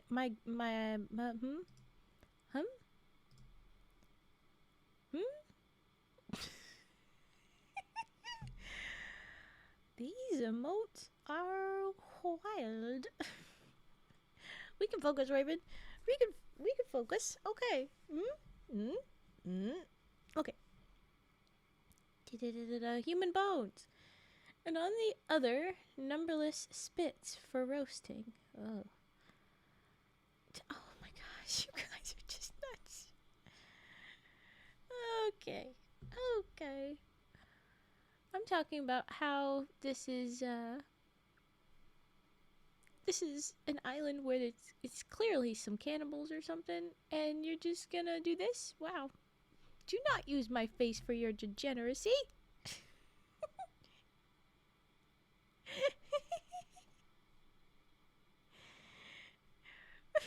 He cries. No, I think that's a fair thing to break the emote rule for. To say, don't use my face for this. That's your fault for putting your face out there to be used like that, though, I guess, sir. This is why I use frowns. It's definitely not because it would be too hard with art. Okay, I need to focus. I can't focus. This is why I did this. Oh my gosh, I can't. Okay, cannibals. There's cannibals. Are we not scared? No, it's okay, Kate. You had reason. You had reason. Overcome with despair, we sank trembling to the ground and lay there without speech or motion. The sun was setting when a loud noise aroused us. The door of the hall was violently burst open and a horrible giant entered. He was as tall as a palm tree and perfectly black and had one eye which flamed like a burning coal in the middle of his forehead. He's... Oh my gosh. Oh my goodness. His teeth were long and sharp and grinned horribly while his lower lip hung down upon his chest, and he had ears like elephant's ears, which covered his shoulders, and nails like the claws of some fierce bird. Oh my God, you guys.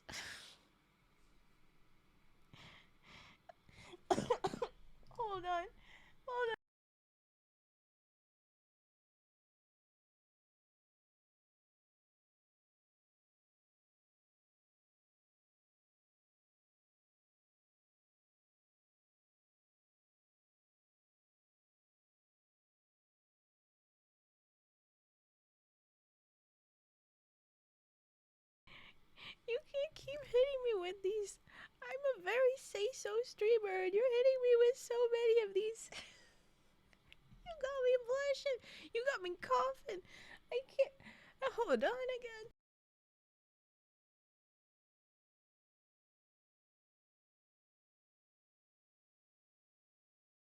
Ooh.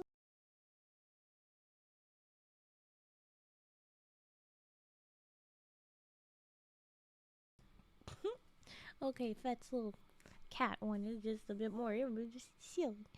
But yeah. We're at spray bottle.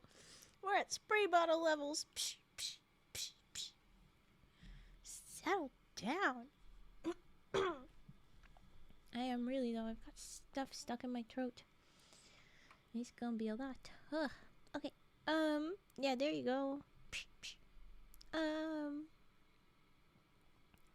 Are we? No, we're not done. 10 minutes just yet. Here we go. I can do this. Where were we?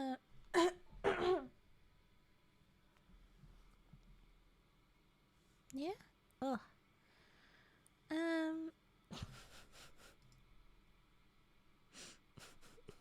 Punchy, no. You're so unhelpful in this moment. Oh my gosh. I may have accidentally left on emotes only for a little more than 10 minutes. Everyone needs to chill and not die emotes. I was very distracted by the chaos. Yeah, it's supposed to be my way of not get distracted, and it made it worse for everybody. And I can't freaking talk anymore because I keep coughing.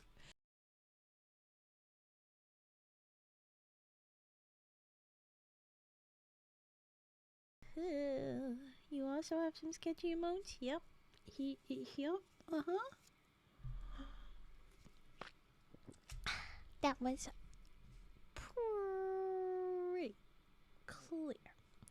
I love them as the next male as much as the next male, but dang, we need to chill in the thighs. Oh my god. This is just yeah, it seems pretty sus, that one. What was the other one though? I've seen you drop real sus ones. I know I have. Turt was the strongest one that really got me at the start and I had to ignore. Or maybe I mixed you up with somebody else. But I don't have any sus ones anymore. I don't have any sus ones at all as far as I'm aware. Let me see what my... You've done it. Raven's fully freaking distracted. We'll never finish this story. I got Nala's. Nala doesn't seem to have nobody sus. Yeah, it's just cute.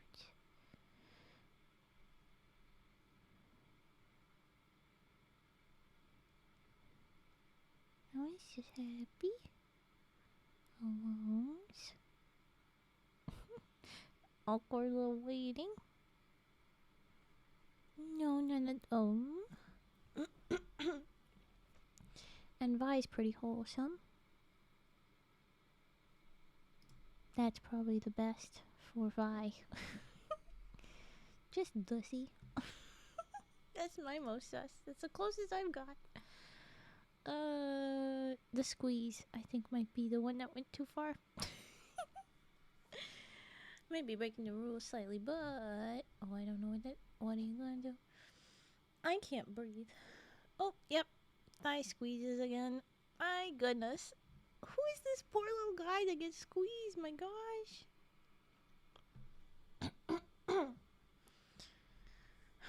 I guess it's on topic. Yeah, that's fair. But, are you saying that they have very sus? Because then I will not. This is dangerous. Raven does not do sus. Not that sus. Not actually sus. I make, at best, sus jokes. At best. I'm to say so. Look at these little squishy guys. Oh my gosh. Oh, but thighs in that. Ah, okay. Okay.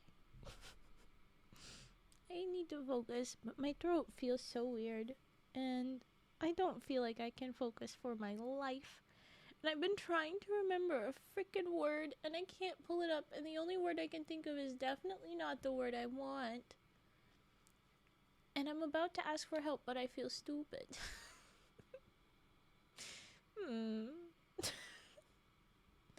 Dang it. I think I have to. Or no, Raven can Google. I has a little magical brick. I can Google. I just know the second I start typing in what I ask, then I'll know what it is.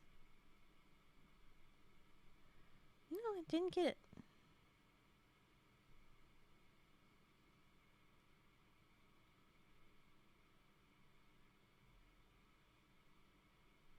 Well, that's not doing it.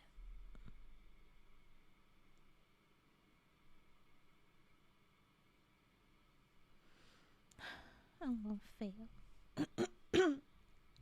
Yeah. Yep. Look at those ladies. All the ladies, of course.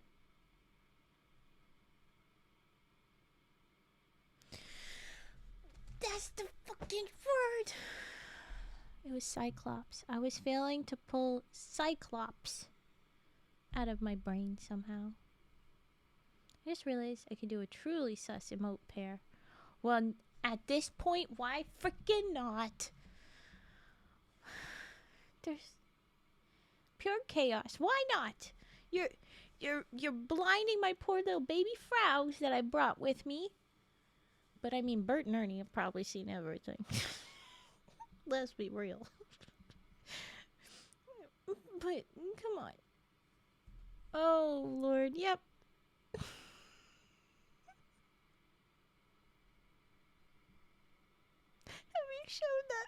Have you shown that rat to Vi? Does Vi know that rat?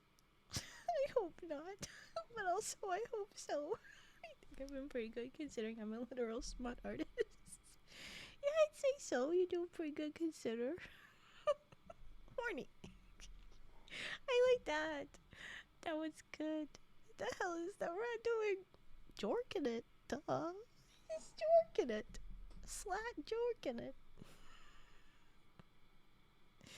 Please help. Oh, shut up, honk. You're so violent.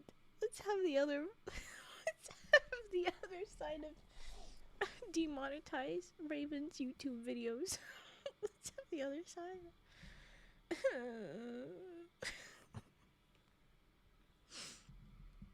I've given up. I'm not even trying anymore. The worst part is that everybody that's waiting for keys in Kalimba, it'll be years, because I'll never finish the story. So we'll never have that break. This is what you have to know. The longer you delay me at this point, the longer it takes to get... Oh God. Longer it takes to get to the redeems. I am entertained by the leash, and I am glad that you have chosen a frog that is happy to be on the leash. Let's put it that way.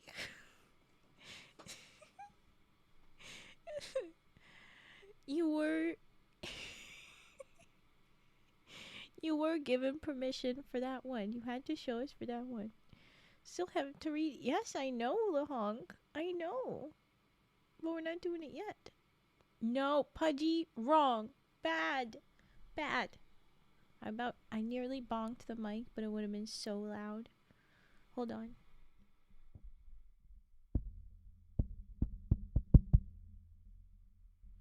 That was still loud, but I made it quieter. So, ha! Bonk. Don't do that.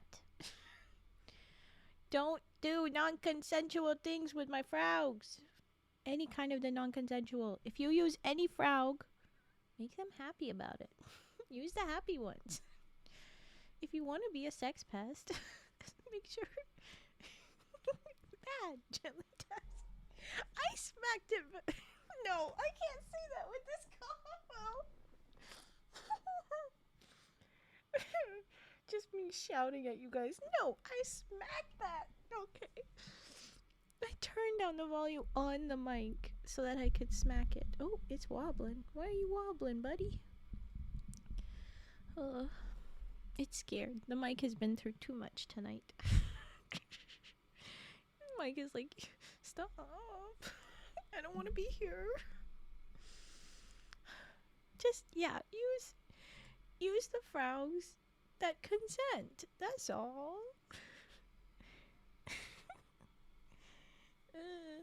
I want to use an example, but I have none sus little guys.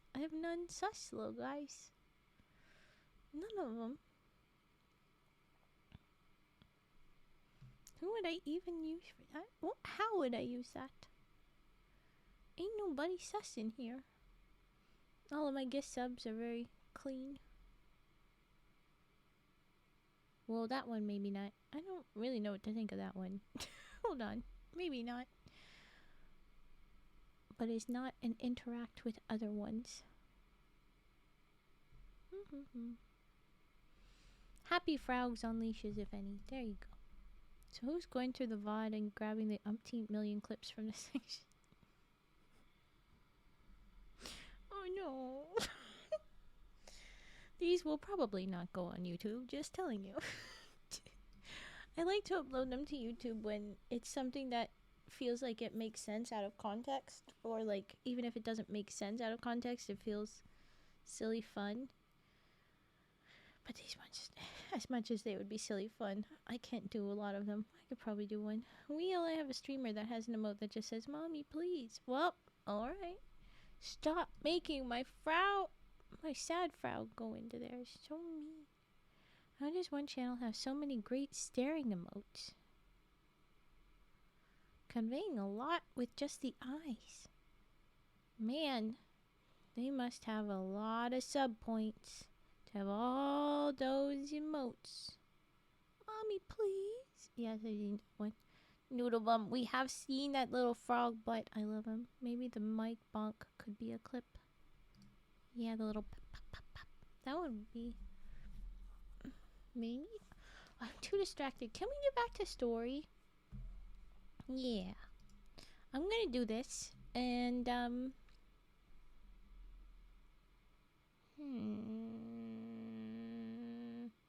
it's only gonna still be bad, but it'll be better than it could be, I guess. I'll do my best to not look at chat. I'm reading the story. Lahonk knew it was coming. Yep. Okay. Cyclops. They're referring to a black Cyclops. I don't think I've read many non-white Cyclopses. You could read it as them making racial things, but I'm like, it's a monster with a different color skin. I think that's just... I think we could look at that as good. Hey, that's pretty cool. I haven't read that, and now I have. So, but anyway, they've got a giant black Cyclops with very scary features, including teeth and claws. Okay. At this terrible sight, our senses left us, and we lay like dead men. When at last we came to ourselves, the giant sat examining us attentively with his fearful eye.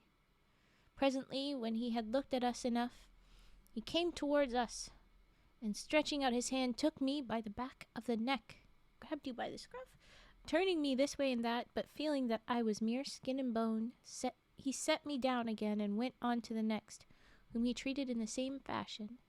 At last he came to the captain, and finding him the fattest of us all, he took him up in one hand, and stuck him upon a spit, and proceeded to kindle a huge fire, at which he presently roasted him. Oh, that's gotta be awful. And those poor guys watched the whole time. Oh, that's awful.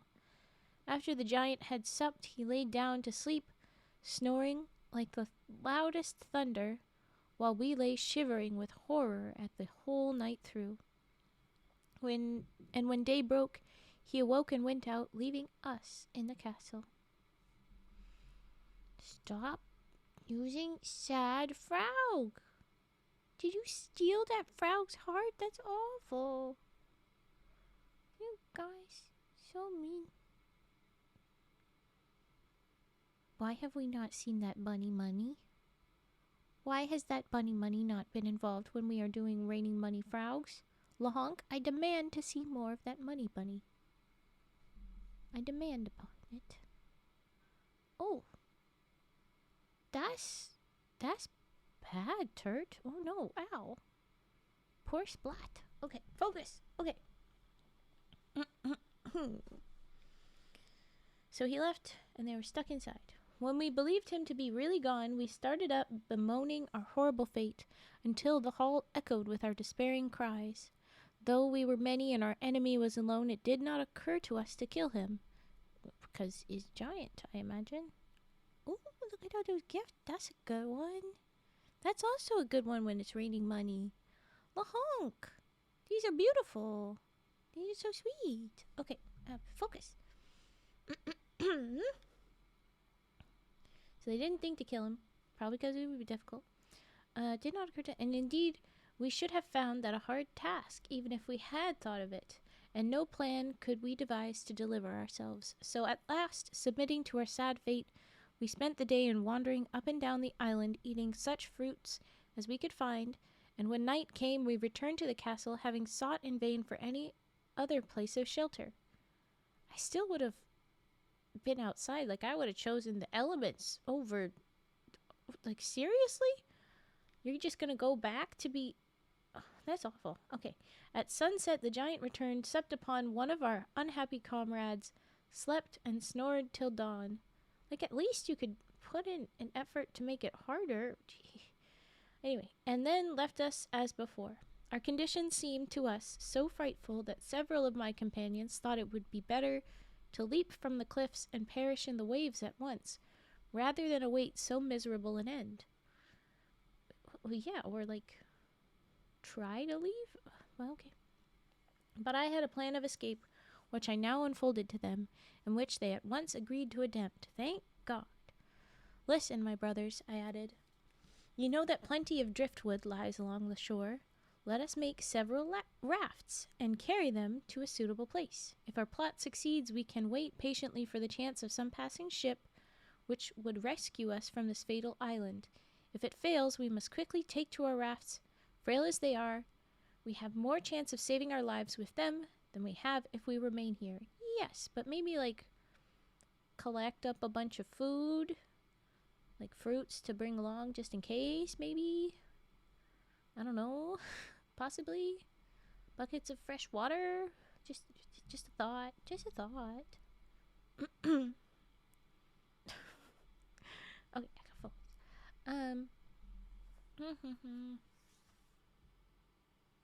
All agreed with me, and we spent the day in building rafts, each capable of carrying 3 persons. At nightfall, we returned to the castle, and very soon in came the giant, and one more of our number was sacrificed. Why are you doing this? But the time of our vengeance was at hand. As soon as he had finished his horrible repast, he lay down to sleep as before, and when we heard him begin to snore, I and 9 of the boldest of my comrades... Okay, so is it going to be 3-3-3-1, or is it going to be 3-3-2-2? How are we going to split up the team?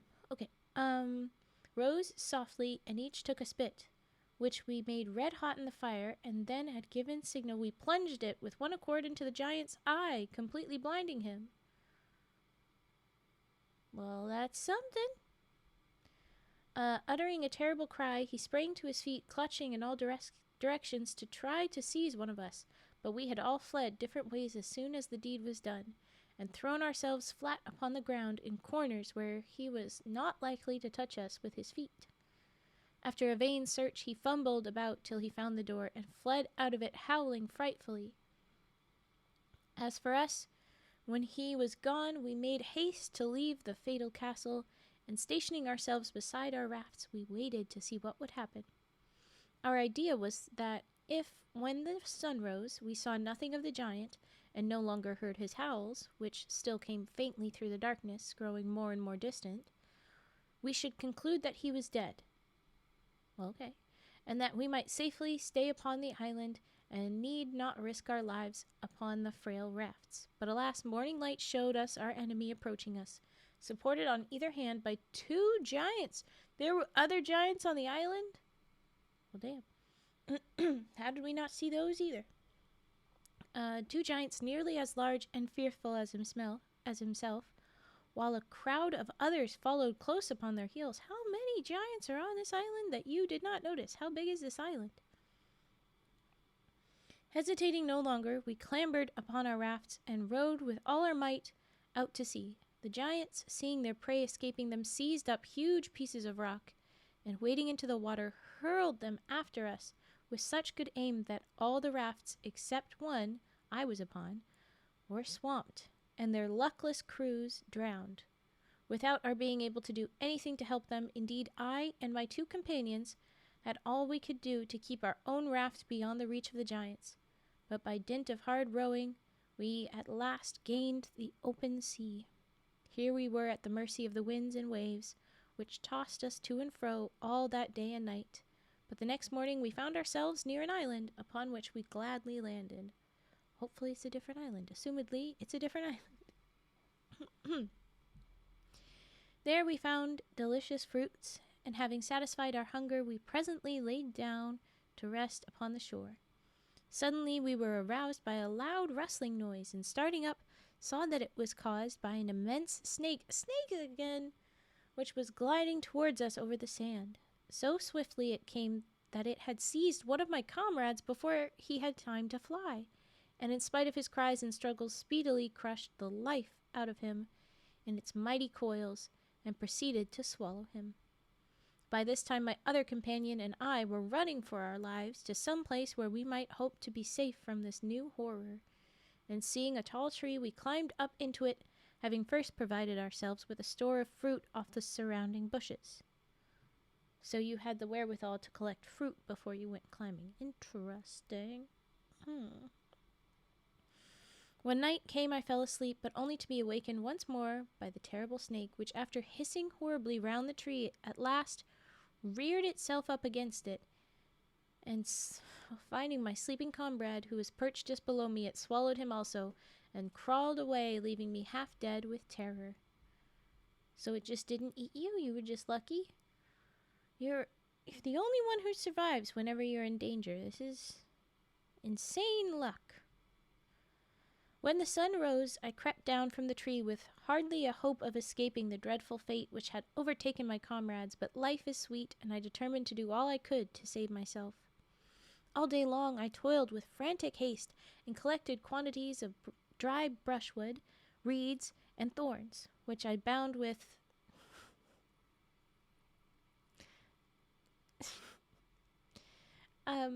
I've only seen this word as a bundle of sticks, and so to bind the sticks to be this is interesting. I'm not going to say the word. It's fully a slur, but for a different thing and not what they mean here. Just, he bound the things.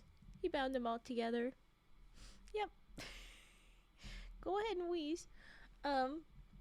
He bound the things, and making a circle of them under my tree, I piled them firmly one upon another until I had a snake returned eager to devour me, and glided round and round my frail shelter, seeking an entrance. Every moment I feared that it would succeed in pushing aside some of the bundles of sticks, but happily for me they held together, and when it grew light, my enemy retired, baffled and hungry, to its den. Did the thorns not also hurt it? But okay. As for me, I was more dead than alive, shaking with fright and half suffocated by the poisonous breath of the monster. The breath was poisonous? I thought you said that it killed your friends by crushing them.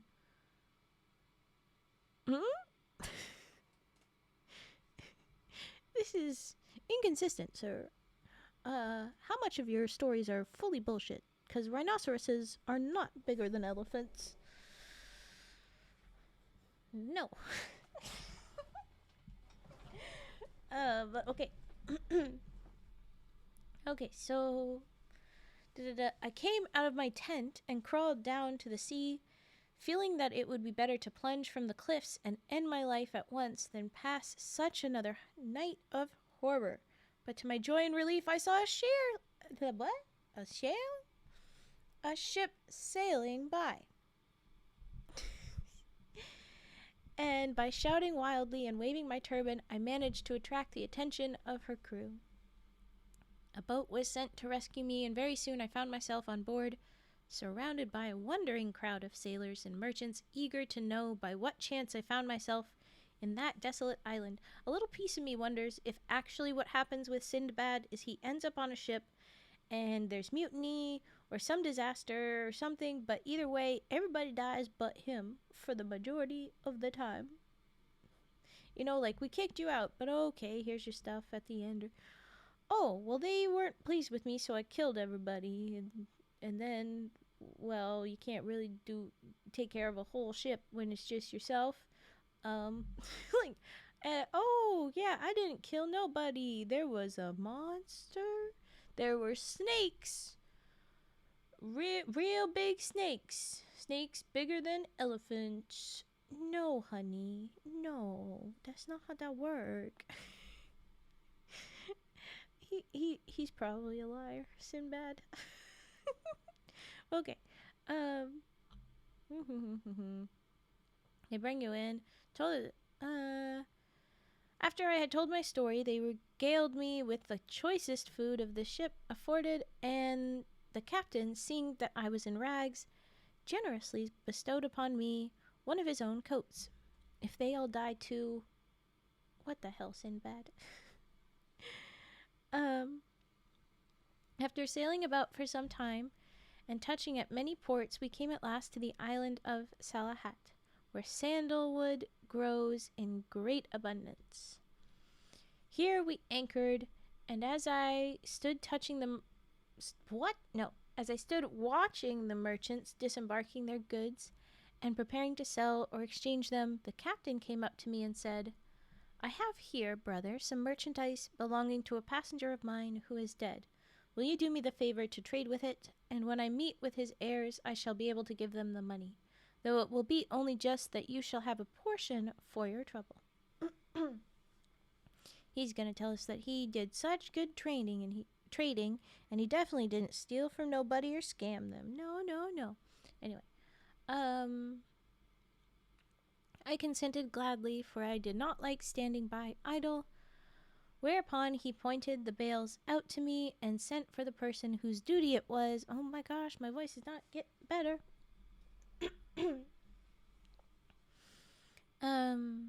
The person whose duty it was to keep a list of the goods that were upon the ship. When this man came, he asked in what name the merchandise was to be registered. And I am going to mute and do a big cough and hopefully reset my voice while it's starting to sound really weird.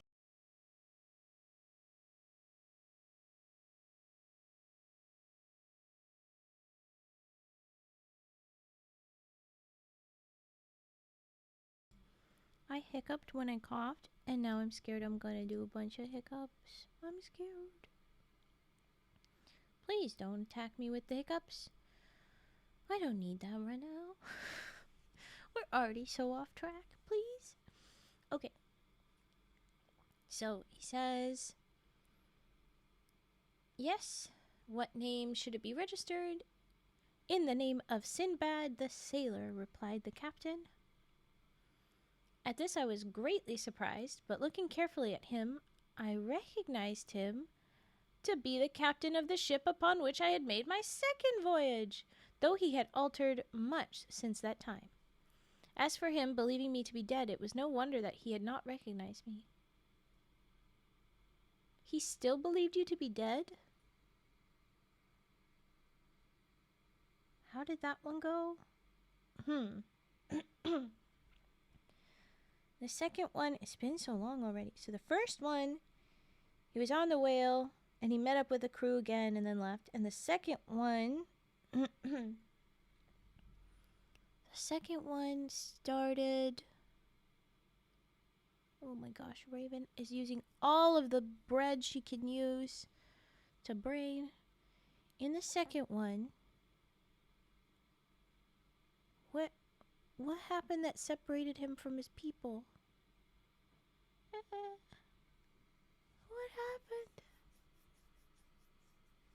What happened? Oh, jeez, I can't remember. We're so near the end, I'm gonna go back. I'll be able to find my spot pretty quick.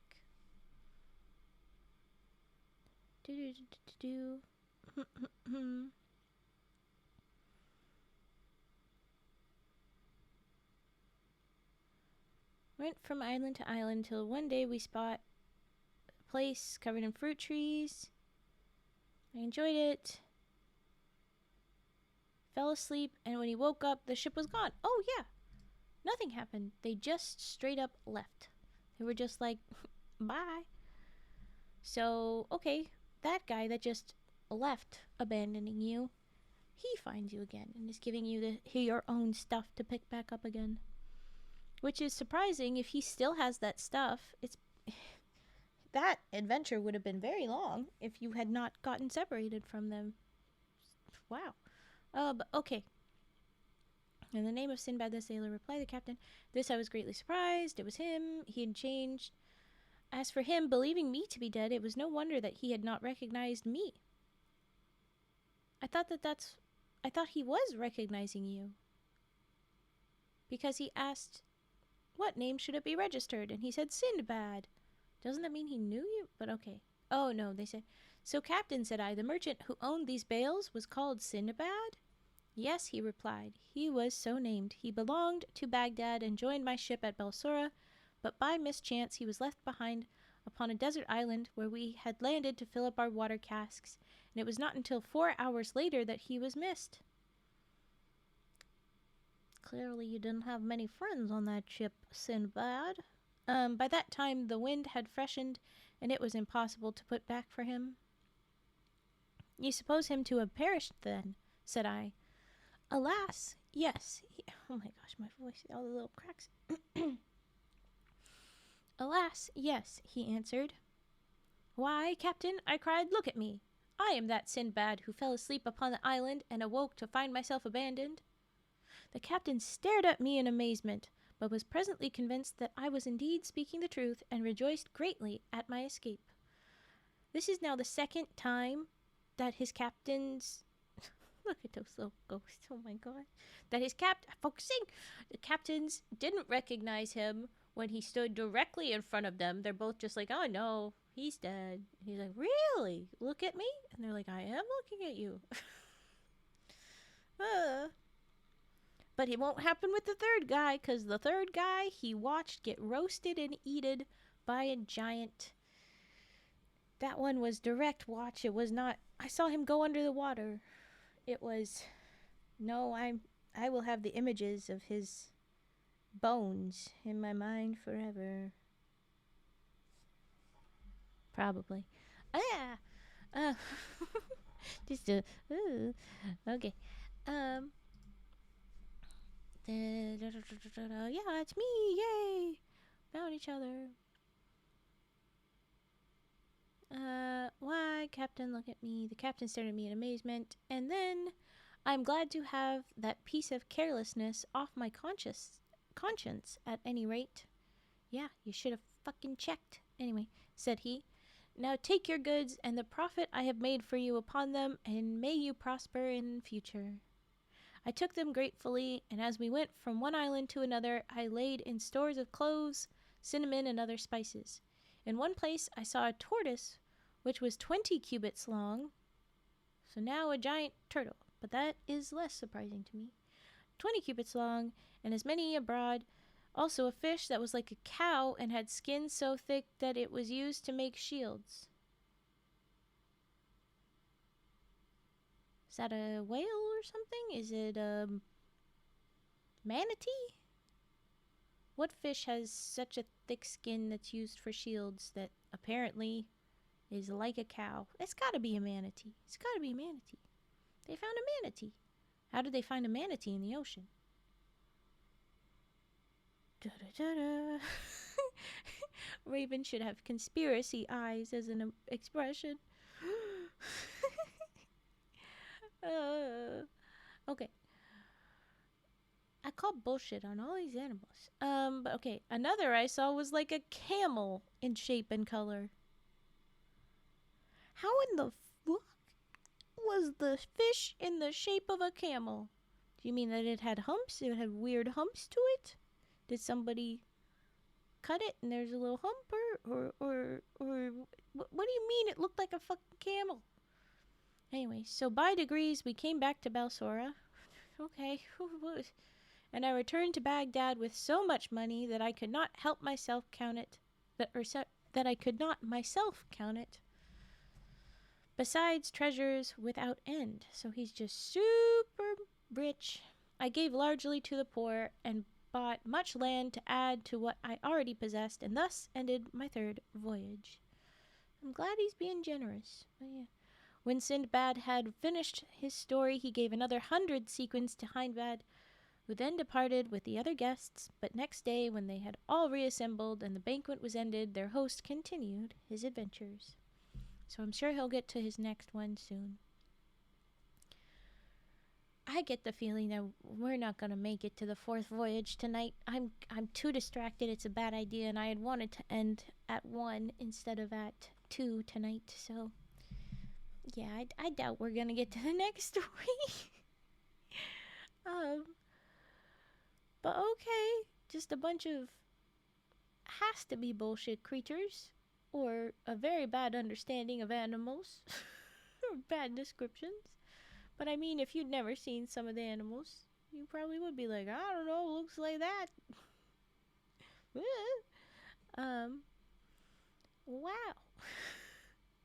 Like, did you know that some people think that the Cyclops myth came about because somebody probably found the skull of an animal with eyes on the side of their heads, because when the eyes holes are at the side of the head, there's like an empty space in the middle, and you might think that that means that's where the eye's supposed to go.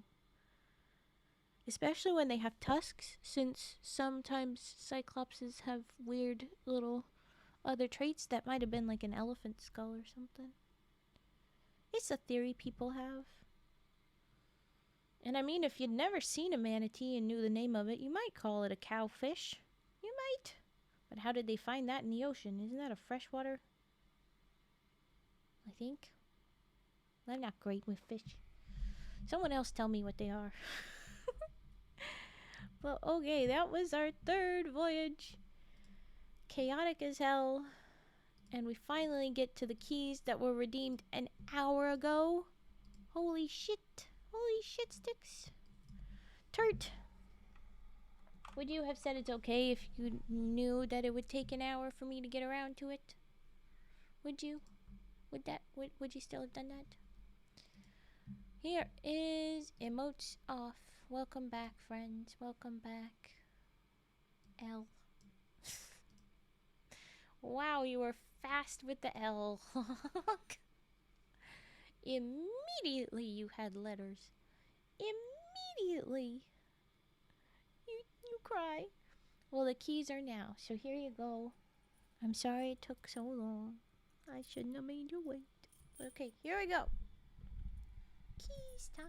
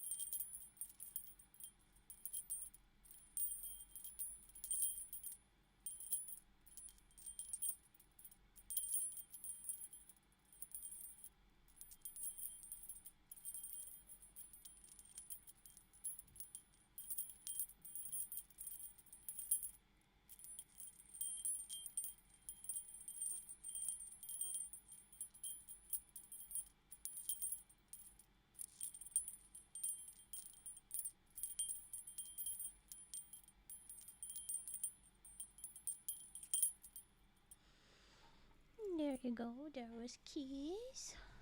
And now, the real star that everybody fought for. Ooh, Raven, I was curious, and if not appropriate, are you introduce yourself? I will break the facade a little bit. I don't like to do this. I'm a deer woman. I'm a deer woman. I don't know what you know. I am a very, very, very small, but I am a little bit. Yes.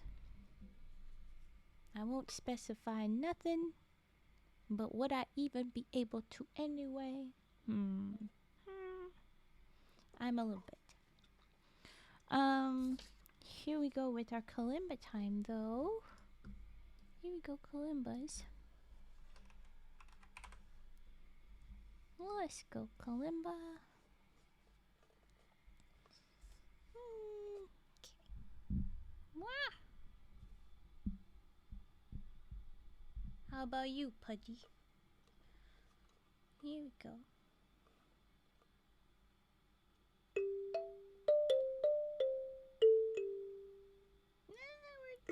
There you go.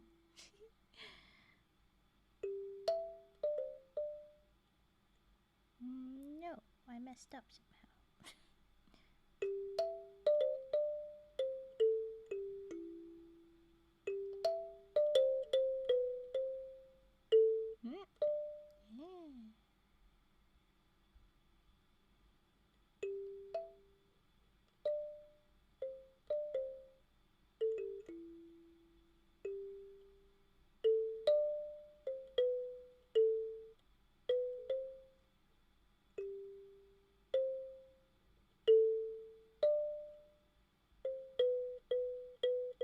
Yeah.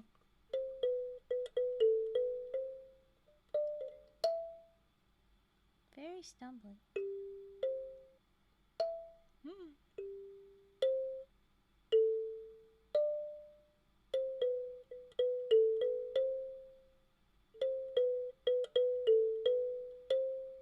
Bam. Aww. I'm glad it makes you happy. They're stories that I love, and I always go with the ones that are available on the internet, because if they're not there, they're something that's kept to themselves, and I always try and do my best with that. But also, what else would I tell? Because a lot of indigenous stories are oral histories that are only really with other people, on the inside. You don't really, it's not a ton that you share outward. People keep to themselves with a lot of these. The bit in Twilight where they are like, where like this is just for the tribe's secret histories stuff. You gotta have like more respect. So I'm reading mostly stories like that, and that's why I really love to read the W.P. Kinsella stories, because it's something that's very fictional, and it's out, and it's not really like the old histories, but they're fun to read. It's a very interesting time. I always feel a little bit bad when I'm reading the ones that are on this site that were the indigenous stories. Especially the one that we read that was about the most northern indigenous folks, the Inuit. They used a different word. I felt so bad because it became clear after I had started that was not a book written of the best intentions, but there were probably people that told them the stories in very good intentions, and so I wanted to still do my best to, it's a funky junk time. But I love reading them. Your father fortunately went through the system, so we never really heard any stories from him. Yeah. But that's why it's very important to indeed still get the stories out. I like the stories a lot, and I like to read them. I like to learn it. It's fun. There's a couple of like peoples that I want to learn more from, but I don't want to go calling stuff out just much, just cause specifics and things. But I want to share as much as I can with you guys, and so I think I'll probably be sharing more stories from different places as we go along. for right now, though, we're going around the world. We're reading Arabic folk tales right now, and then it'll be Australian, and then it'll be, I think it's Brazilian, all from our little folk tale site. And we'll take a break. We'll get back into W.P. Kinsella's soon, bouncing between different stories and all the stuff. Dear Woman is the one story we heard. Yeah, the Dear Woman is the one story because it's the me, and that's like the only reason I'll do that. But still, I pull the specific stories online, and it's funny to see the different interpretations of her. It's very cool. It's very nice. Anyway, okay. More. I'm gonna try Bonnie again. Hopefully, a little bit more smooth, and then we'll go towards Brahms' Lullaby. Someone tried to bonk me on YouTube with a lullaby copyright, and I got so mad because I was like, it was only a one piece of the Brahms lullaby, and I'm like, it is fucking Brahms. It's classical. Very long dead. There is no copyright. Don't you dare try and do that. Grr. Just remembering that now, and I'm like still mad about it. I gotta go check in on that. They better retract their fucking. So rude. Don't you try and do that. Anybody that's like trying to do copyright bonks on YouTube videos for music, and like it was like less than it was less than 10 seconds. I think it was less than 5 seconds that it was auto flagged as that song, and I'm like, fuck you. And then it also said that the song's name was just Lullaby, so it's very clear someone had just tried to get Brahms' Lullaby as their copyright. And I want to smack them. They're so mean. Don't. It's illegal. Don't you dare. Ugh. It's one thing that I really don't like about the YouTube system. So rude. Okay, anyway. Here we go.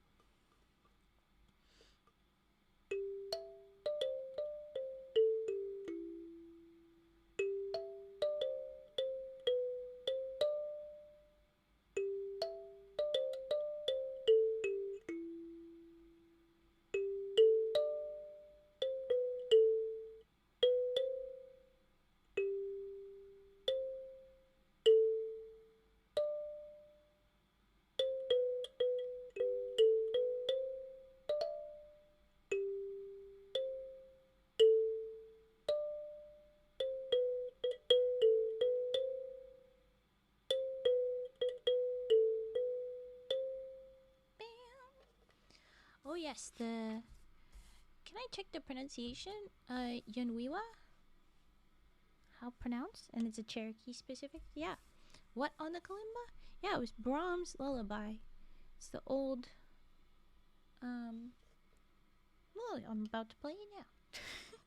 But they tried to flag it. I'm like, that's literally a classical. No, illegal, illegal. Okay, here we go.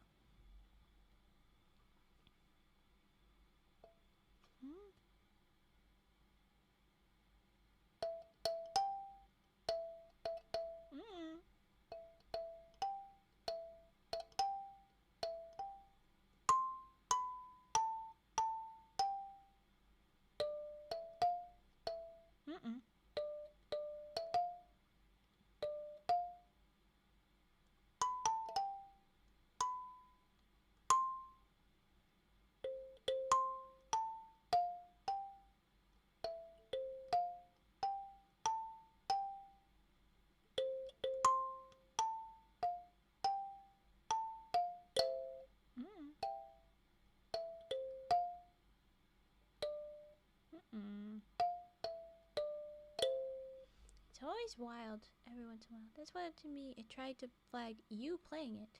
YouTube dumb. Yeah, it's between me playing it and it being an old classical song. It's so wild. Because like a lot of the time when someone is playing it, that's already it, because it's like there are cover protections to a degree, but I don't like, especially with the auto copyright flags, that they're not going to recognize it. It's a AI of some sort that runs that, right? And that's annoying because it could cause a bunch of issues. But like, oh, the pirates over on the copyright for YouTube's. Oh, I want to get you. 'Cause that's not cool. You don't own that song.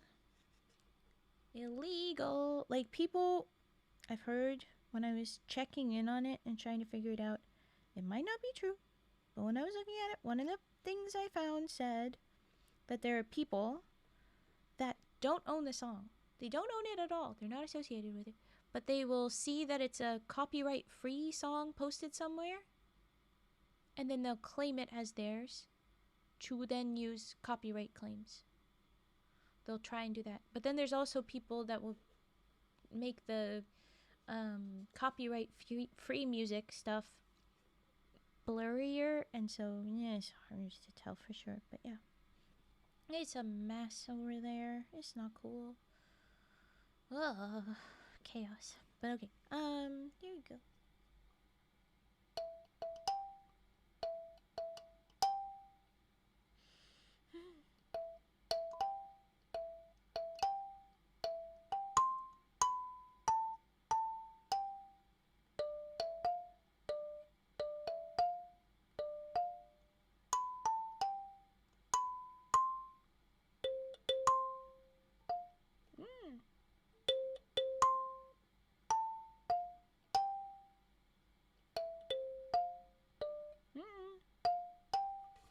You're sounding very funny. What is going on?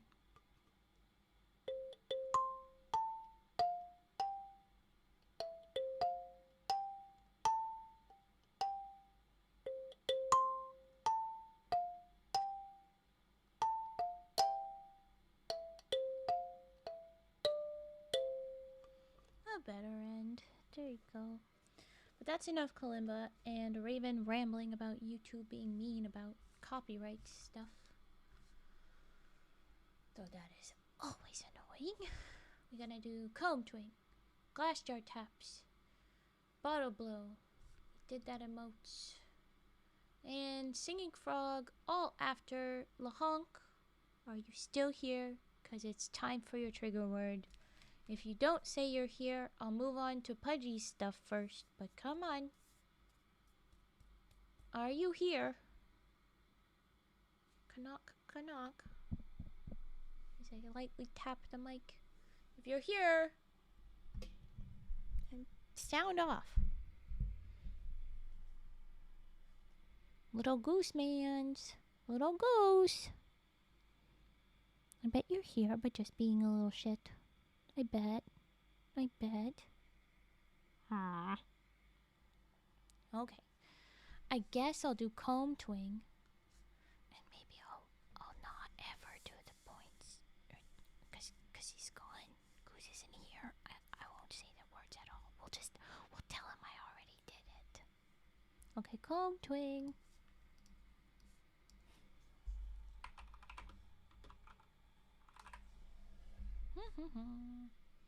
Where'd you go? Ha ha ha ha ha. I knew you were hiding. It was a trick. I said that to trick you. Mwah ha ha ha. I knew you'd come out of hiding when I threatened that I would never do it. You little shit. Insert bonks sound here because I don't want to hurt the mic again. Pop, pop, pop, pop, pop. You're evil. I'm still going to do the comb twing first, and then I'll do it because you were being a little shit. You'll have to wait. But stay here for the comb twing. If you're gone, I'm doing it right after comb twing, one way or the other, if you're here or not. So it's happening, okay? You have 1 minute while I'm doing comb twing. Here we go. Oh, hi, Ryan. Okay.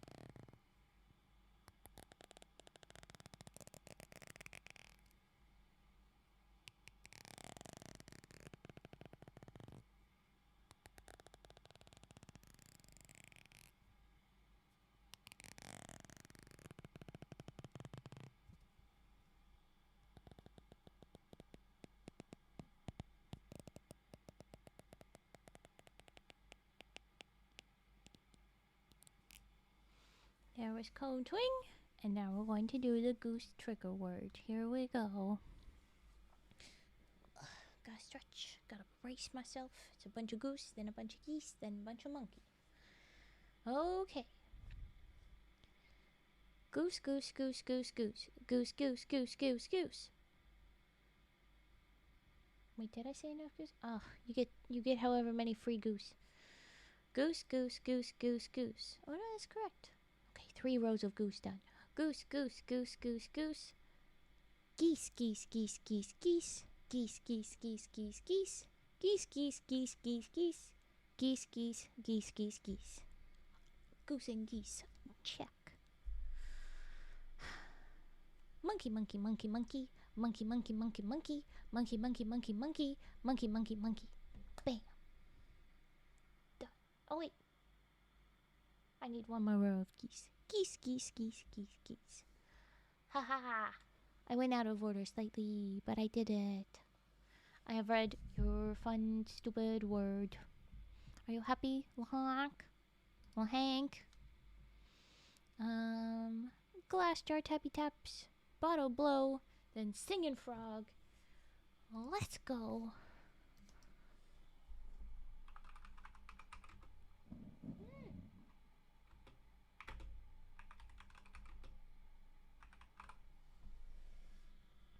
You'll now double it up to 10 rows of each. I mean, if you pay for it, okay. And by pay, you know I mean ribbits. I'm not asking you to do monies. No. But yeah, okay. Glass jar tappies, here we go.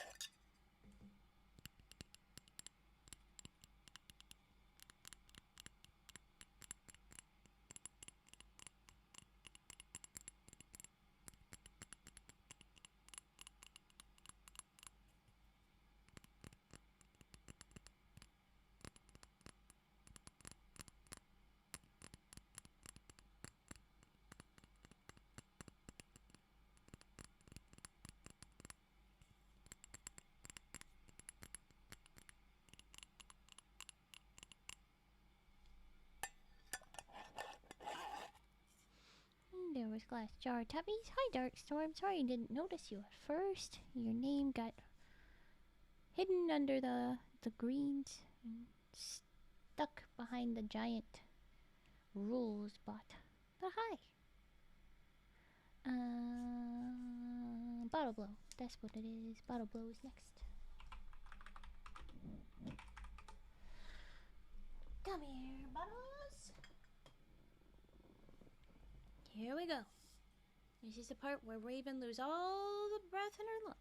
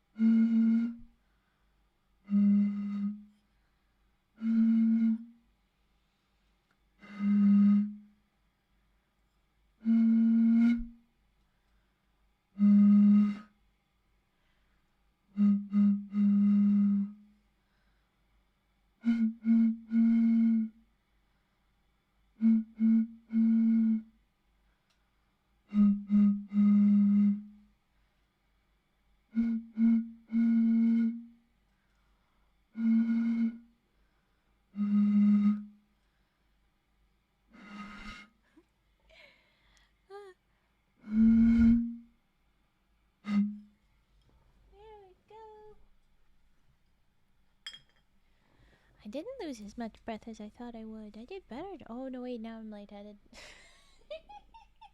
That just took a second to hit. Ooh, okay. That always happens. It's actually weird. Okay, we did bottle blow, and now Herbert. Herbert. Herbert! Get over here. They want Herbert the pervert. Here he is, folks. Here he is.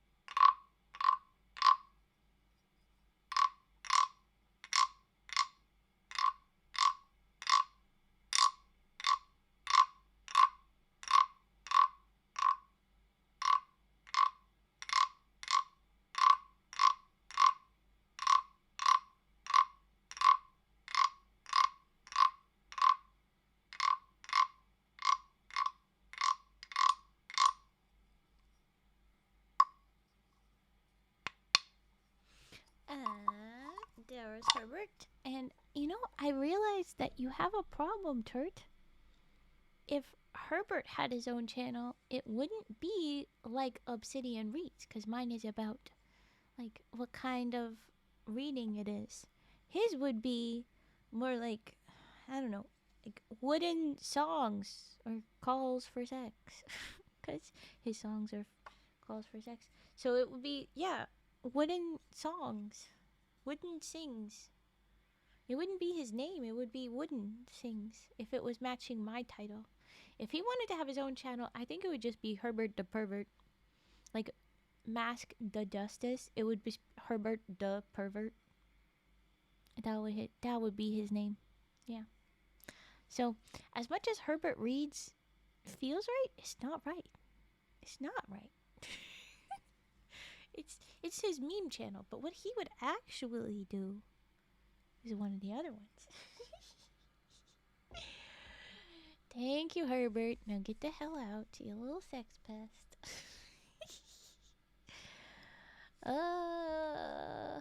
Okay. I did get through all the triggers. We did pretty good.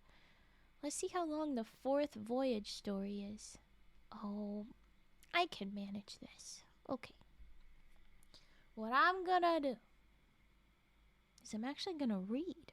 What? In this distracted evening? Really? Apparently so. I'm gonna read the 4th Voyage, and then I think that'll be the wrap up tonight. I want to be done at 1 at the latest. So I'm gonna read this story, and I'm gonna focus my freaking best, or we can chat and be distracted until like nearly 1. So how about we have actually a poll? What would we prefer? Distract Raven time or read? Because we done both. I'm gonna do a poll. How do we manage poll? Next poll.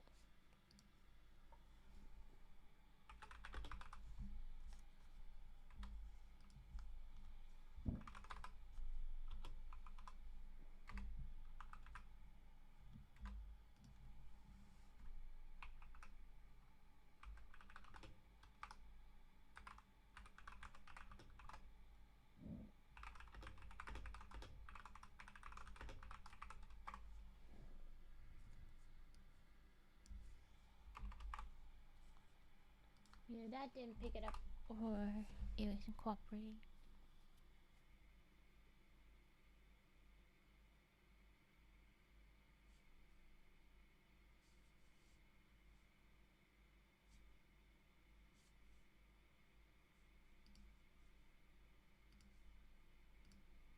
Now, either I have done the wrong thing, or I'm trying it out.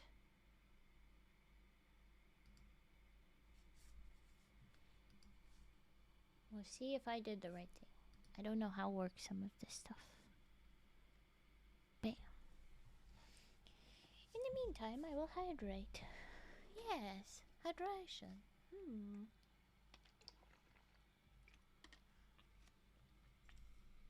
Hydrating. I did right! I did right! Yay. I'm glad. Quick! Quick! You don't have much time! Quick! Vote! Quick! It's running out!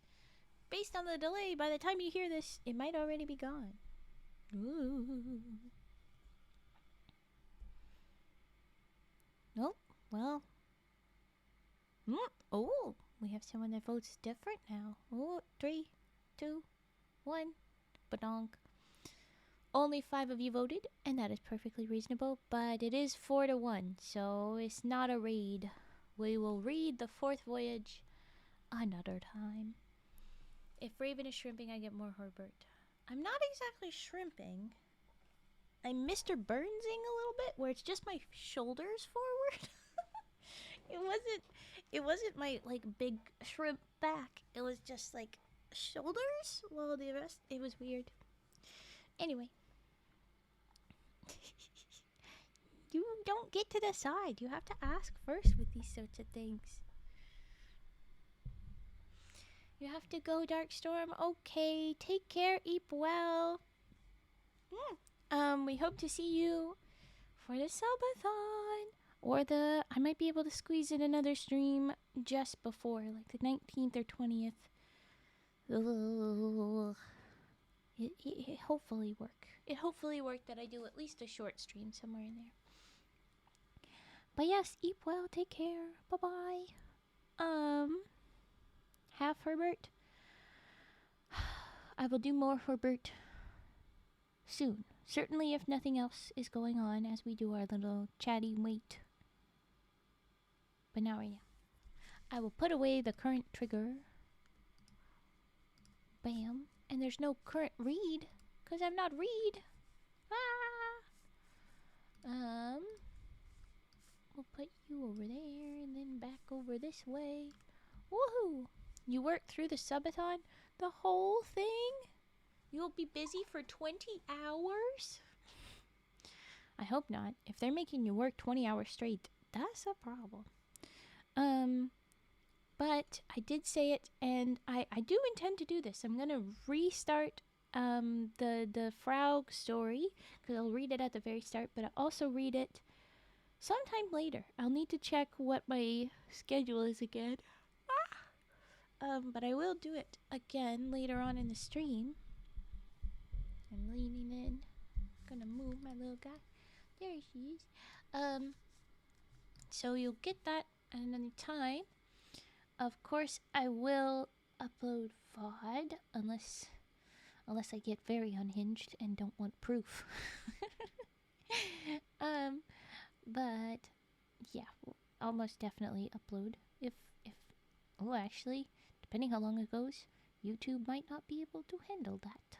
But the last one uploaded just fine, so hopefully this one go fine. I'm very excited to try it out again.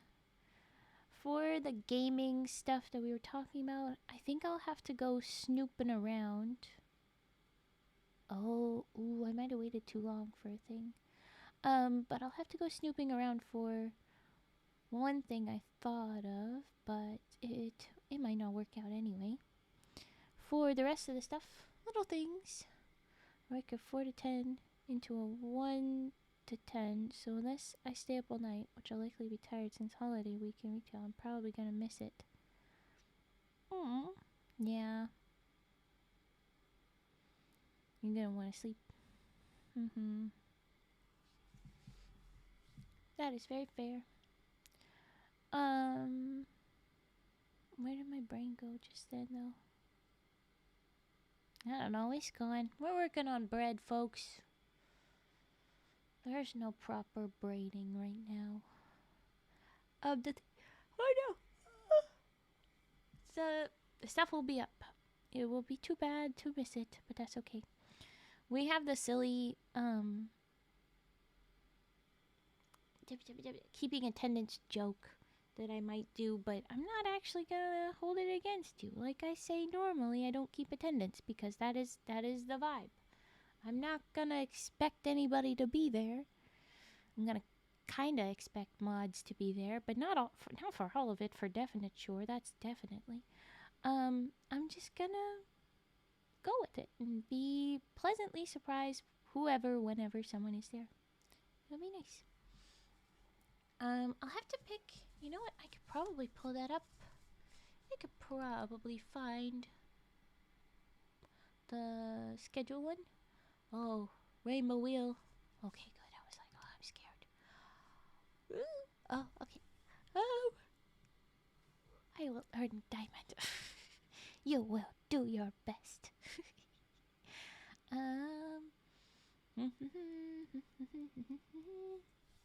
Ooh.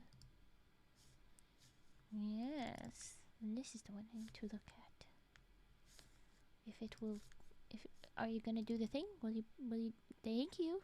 Slowly. Okay. Yes. There will be no other competition? What does that mean? You're not getting rid of anybody, right? Don't do that. I always find it so funny the way the eyes work. It ends up looking like the white parts of the eyes are my pupils, but that's not how that works. It's me rolling my eyes real hard, but that's not what's happening. Model is so funny. Nope.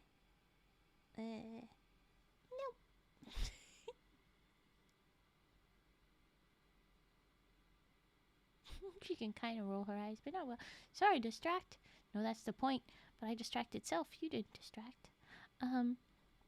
Please don't murder anybody else that's trying to join for the subathon. I want to grow the channel. I want to meet new people, bring them in. That's the point of this subathon.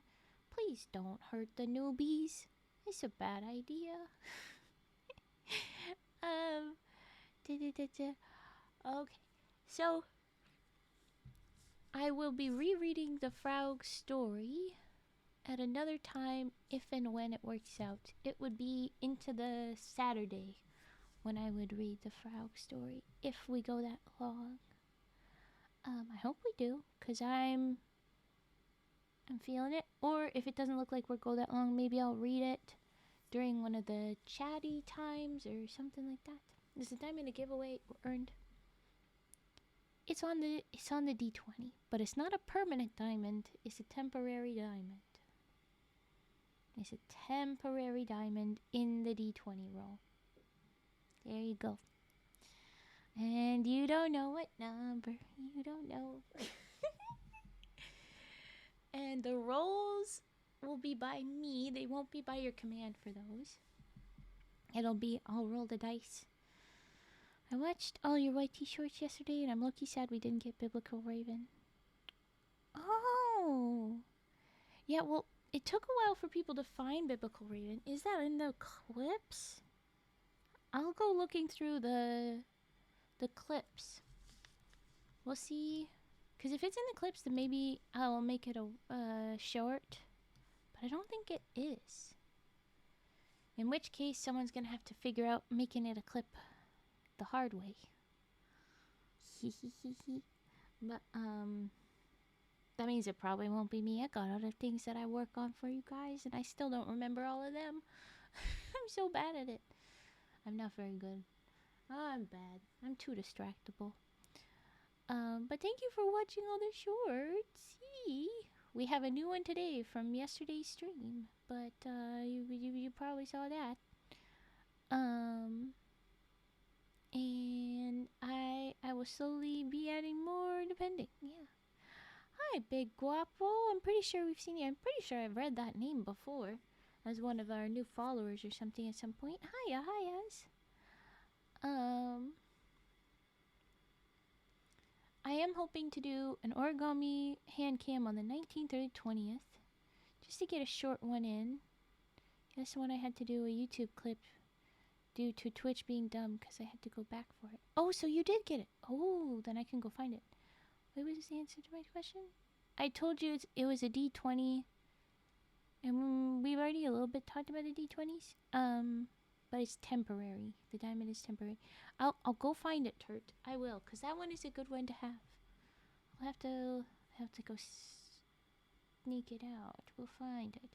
Do you know what video it was? They have an option to like connect it to a video. If you don't, it'll be fine. I'll just let it be loose. It won't be attached to a longer video. It's fine. Yeah, hand camp. That's what I was saying. 19th or 20th. So we can have more fun with the space papers before the burning ceremony. At which point, anything will happen. We'll be getting into the origami like that. Just reposted clips down. Well, marvelous. Thank you, Turt. We will get it up there if I know how to do that. If there's a link, then does that mean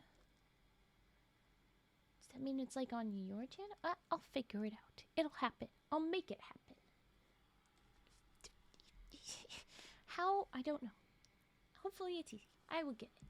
I'm sure once I look at it, I'll understand and it'll be fine. But right now, because I can't see it, my brain is like, I don't know.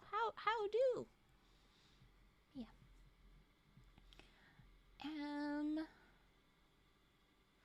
Current plan, I will be away for the next stuff. That's why I'll have to sneak something in for 1920th, maybe. And then the Sunday, Monday, Tuesday after the subathon, I will probably be doing less. But if somehow things are open, things aren't too busy, and so on, we might stream on the 25th, picking back up. But I'm probably gonna need some time to recover from, depending how long it is. So I've left space out. I'm getting excited. And the D20 rolls, one of the other fun things I'm excited about. Everybody gets all upset with the ceremony, the burning ceremony. But did you know you could save a little origami from the burning if you only manage to roll it? In my D20 rolls, it's not the command that we'll be doing that for. It'll be a little bit different. You want permanent diamond? Too bad.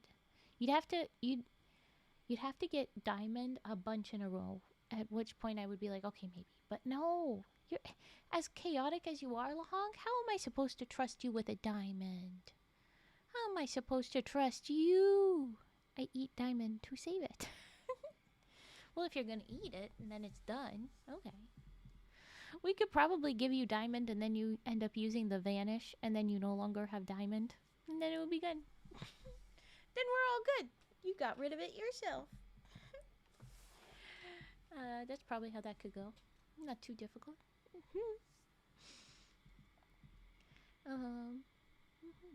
That would be hilarious.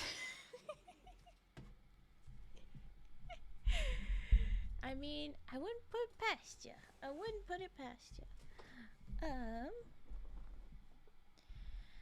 The plan currently for the schedule, if when we get to the break times, is to have part of an hour where I get to eat and just be not actively in the stream, but it'll be the rain sounds and stuff probably. And then, because I want to save the time, running time for Twitch promotional purposes. I understand if everybody disappears while I'm on the break time, but I'll also show back up when I'm done eating or not doing too much to just kind of vaguely chat, maybe not talk, but just kind of do kalimba a little bit. It'll be the less pressure section of the stream. I'm not sure how that'll go, because that's why I put the break / chat / kalimba kind of thing, depending on how long I need to break. Do I have your permission to trick the winner to vanish? Ooh, I would have the VIP, if somebody got it, lose it at a certain point. So we could make them with that, but I don't think I want to make you do it to them. I don't want them to feel tricked. Unless it's you. Unless you're doing it to yourself. Raven does mukbang. Ha ha ha ha, not quite. Sorta. I'll be muted and not running while I do the snacks. I don't care the specifics of YT clip, but don't think it keeps it linked to VOD like a Twitch clip, so you'll be able to do whatever you want with it maybe, or if anything you could do a bit more editing work by doing a screen recording and set the recording into a short. I want to hear the chomping. Well,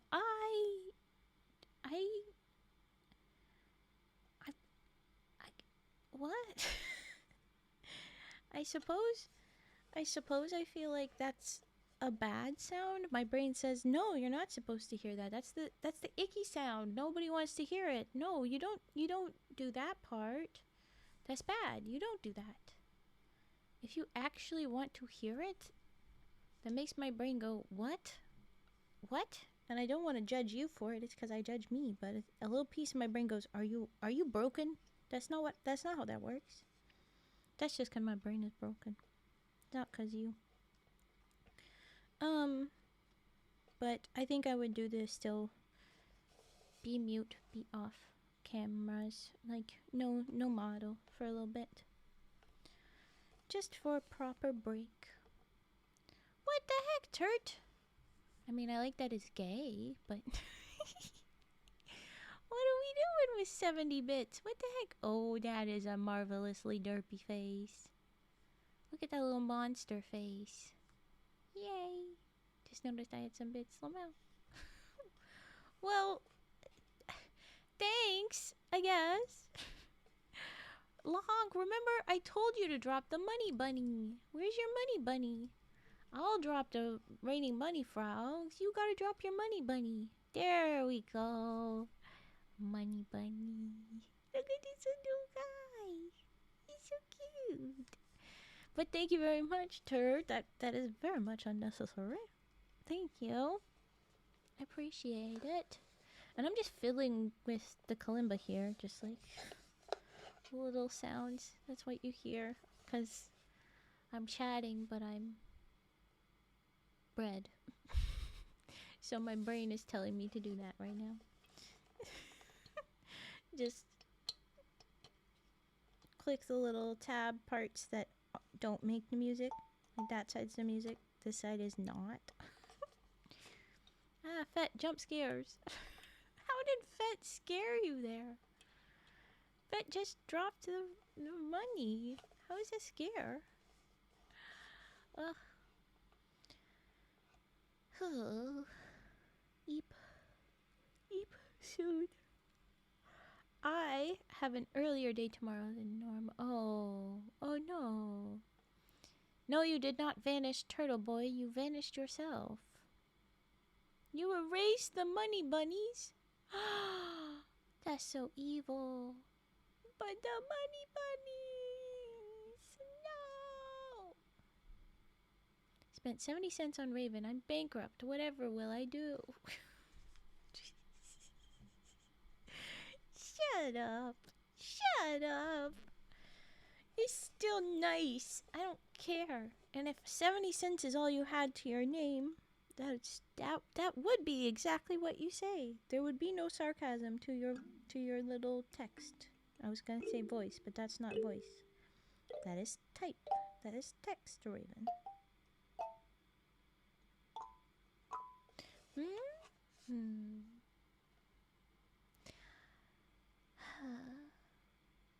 What will I eat after stream? I think it will be chicken nuggies. Yeah.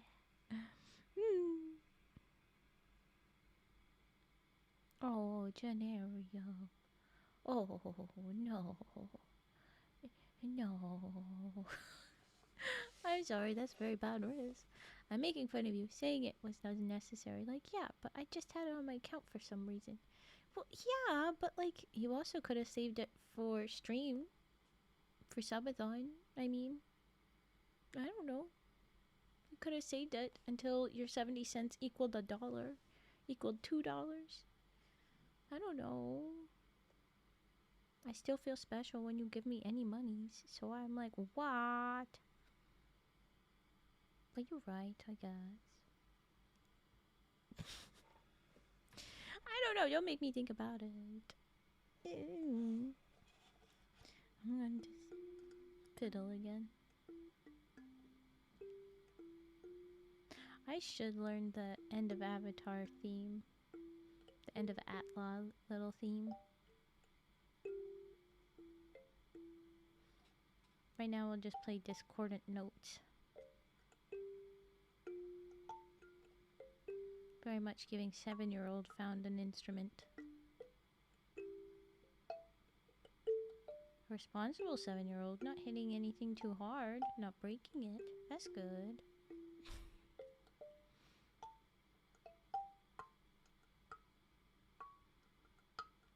But making no music, no pattern, no attempt, just mindless. 'Cause brain is bread. Tab.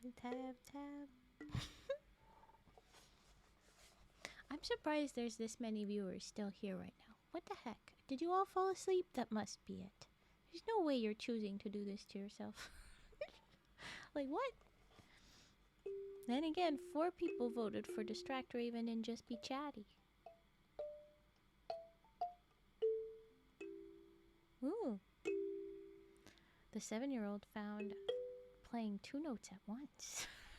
Even though the 7-year-old has played it in the songs many a time.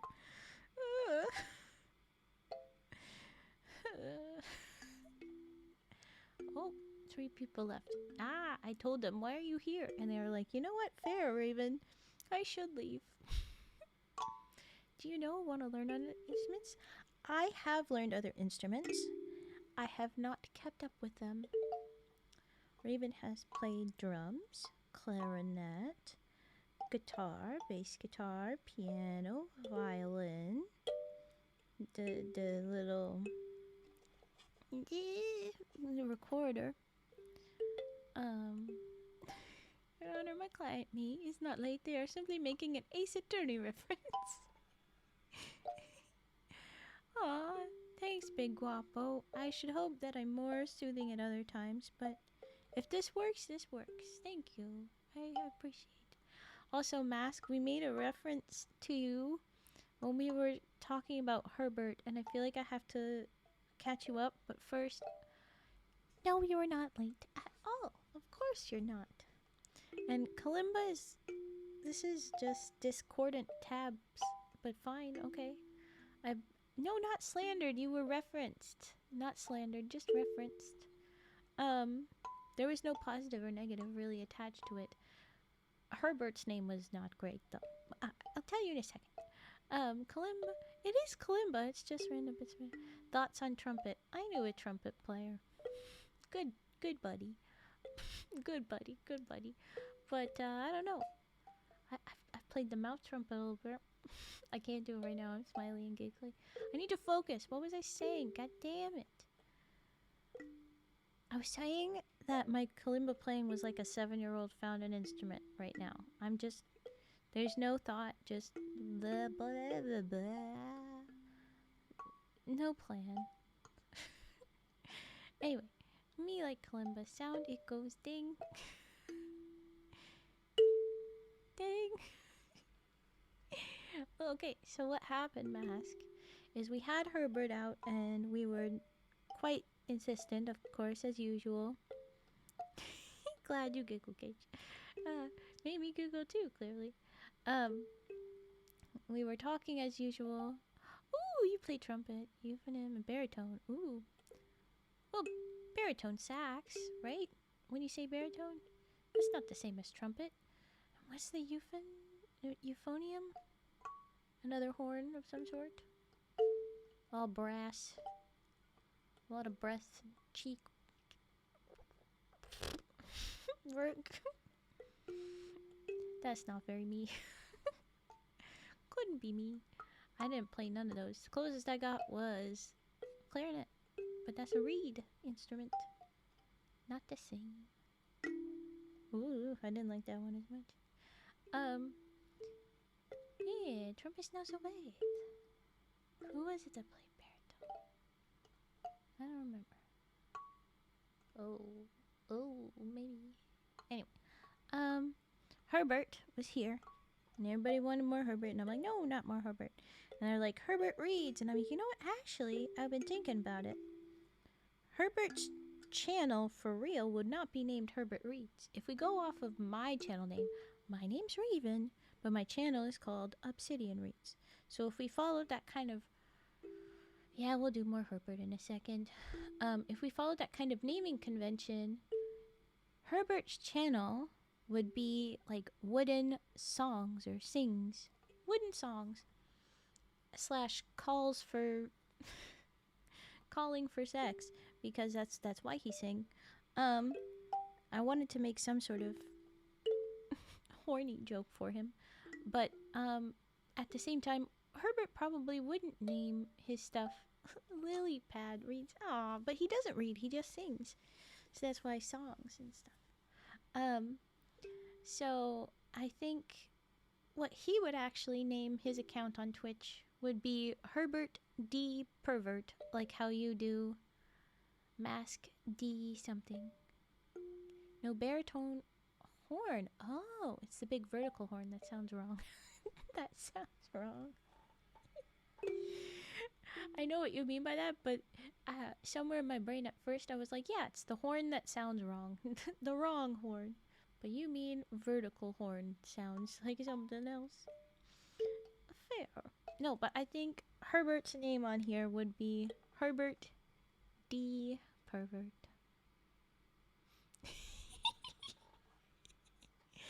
Thank you, Fett, for that horny sticker again. And speaking up, we're gonna wrap up this stream with some extra Herbert. Everybody happy? Someone call Violetta in here quick. It's gonna be a bunch of Herbert. Where's LaHank? Where'd they go? It's Herbert time. We're doing it. Here we go. I'm not even gonna put it on the screen because they're not gonna know. It's gonna be a secret. They have to be here to know that it's all Herbert. What do you mean mouth pops just as I'm about to do Herbert? Okay, it's either I do Herbert right now, or I do mouth pops and then Herbert. Which one, Turt? And answer quick or I'll decide for you. Do do do do do do.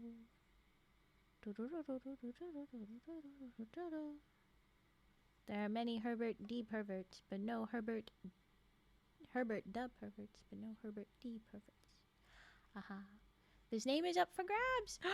Someone. Maybe that should be my alt account. I should grab it. Oh, I probably should. But then everywhere I go, they're going to be like, oh, hello, Herbert. And I'm like, I'm not Herbert. That's just my wooden frog. Don't worry about it. Oh, no. Okay. LaHonk is here. I feel like I should do Herbert. Turt, all you said was yes. You did not say which one you should do. So I'm going to refund your mouth pops. That's as much mouth pop as you get, and we're just going to do Herbert. Okay? Your points are going back. We're wrapping up a stream with Herbert. And Fett, we will want the raid target shortly. Here is Herbertin. No, you. What do you mean? Oh my gosh. Too late.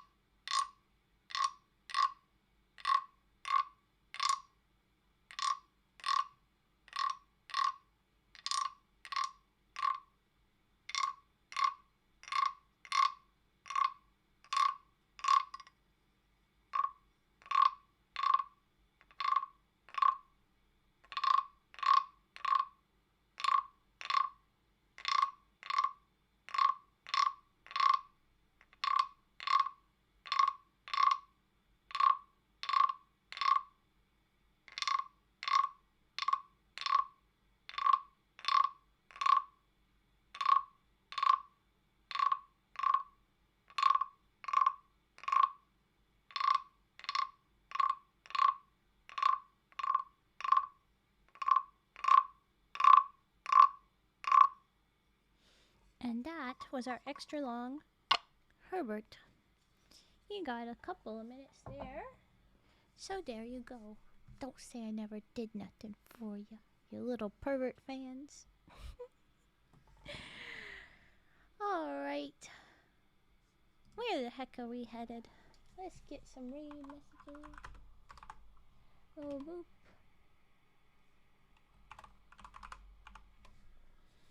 Boop.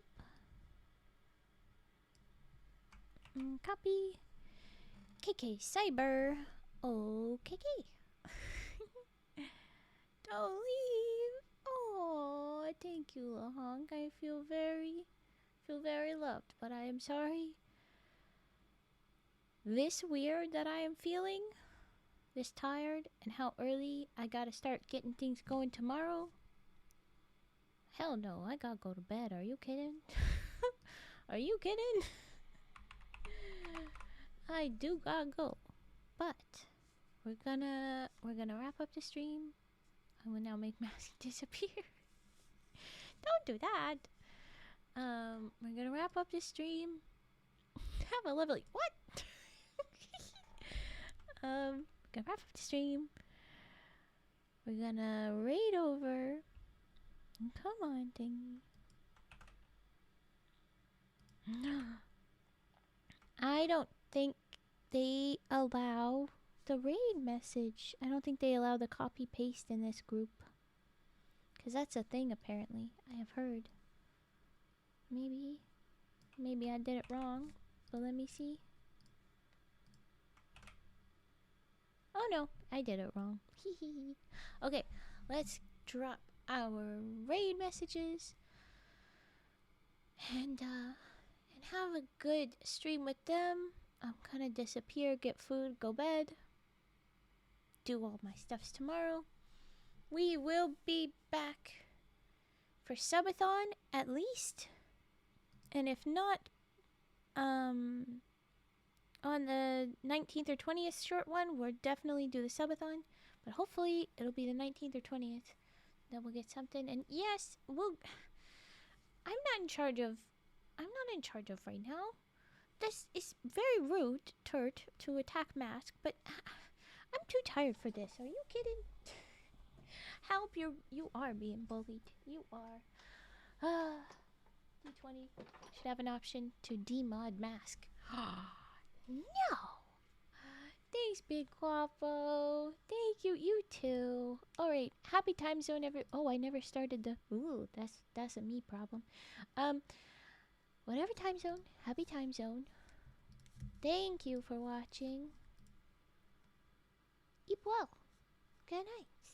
Okay, let's go. Let's raid. We're raiding away. Whoa, whoa, whoa, whoa, whoa, whoa, whoa, whoa.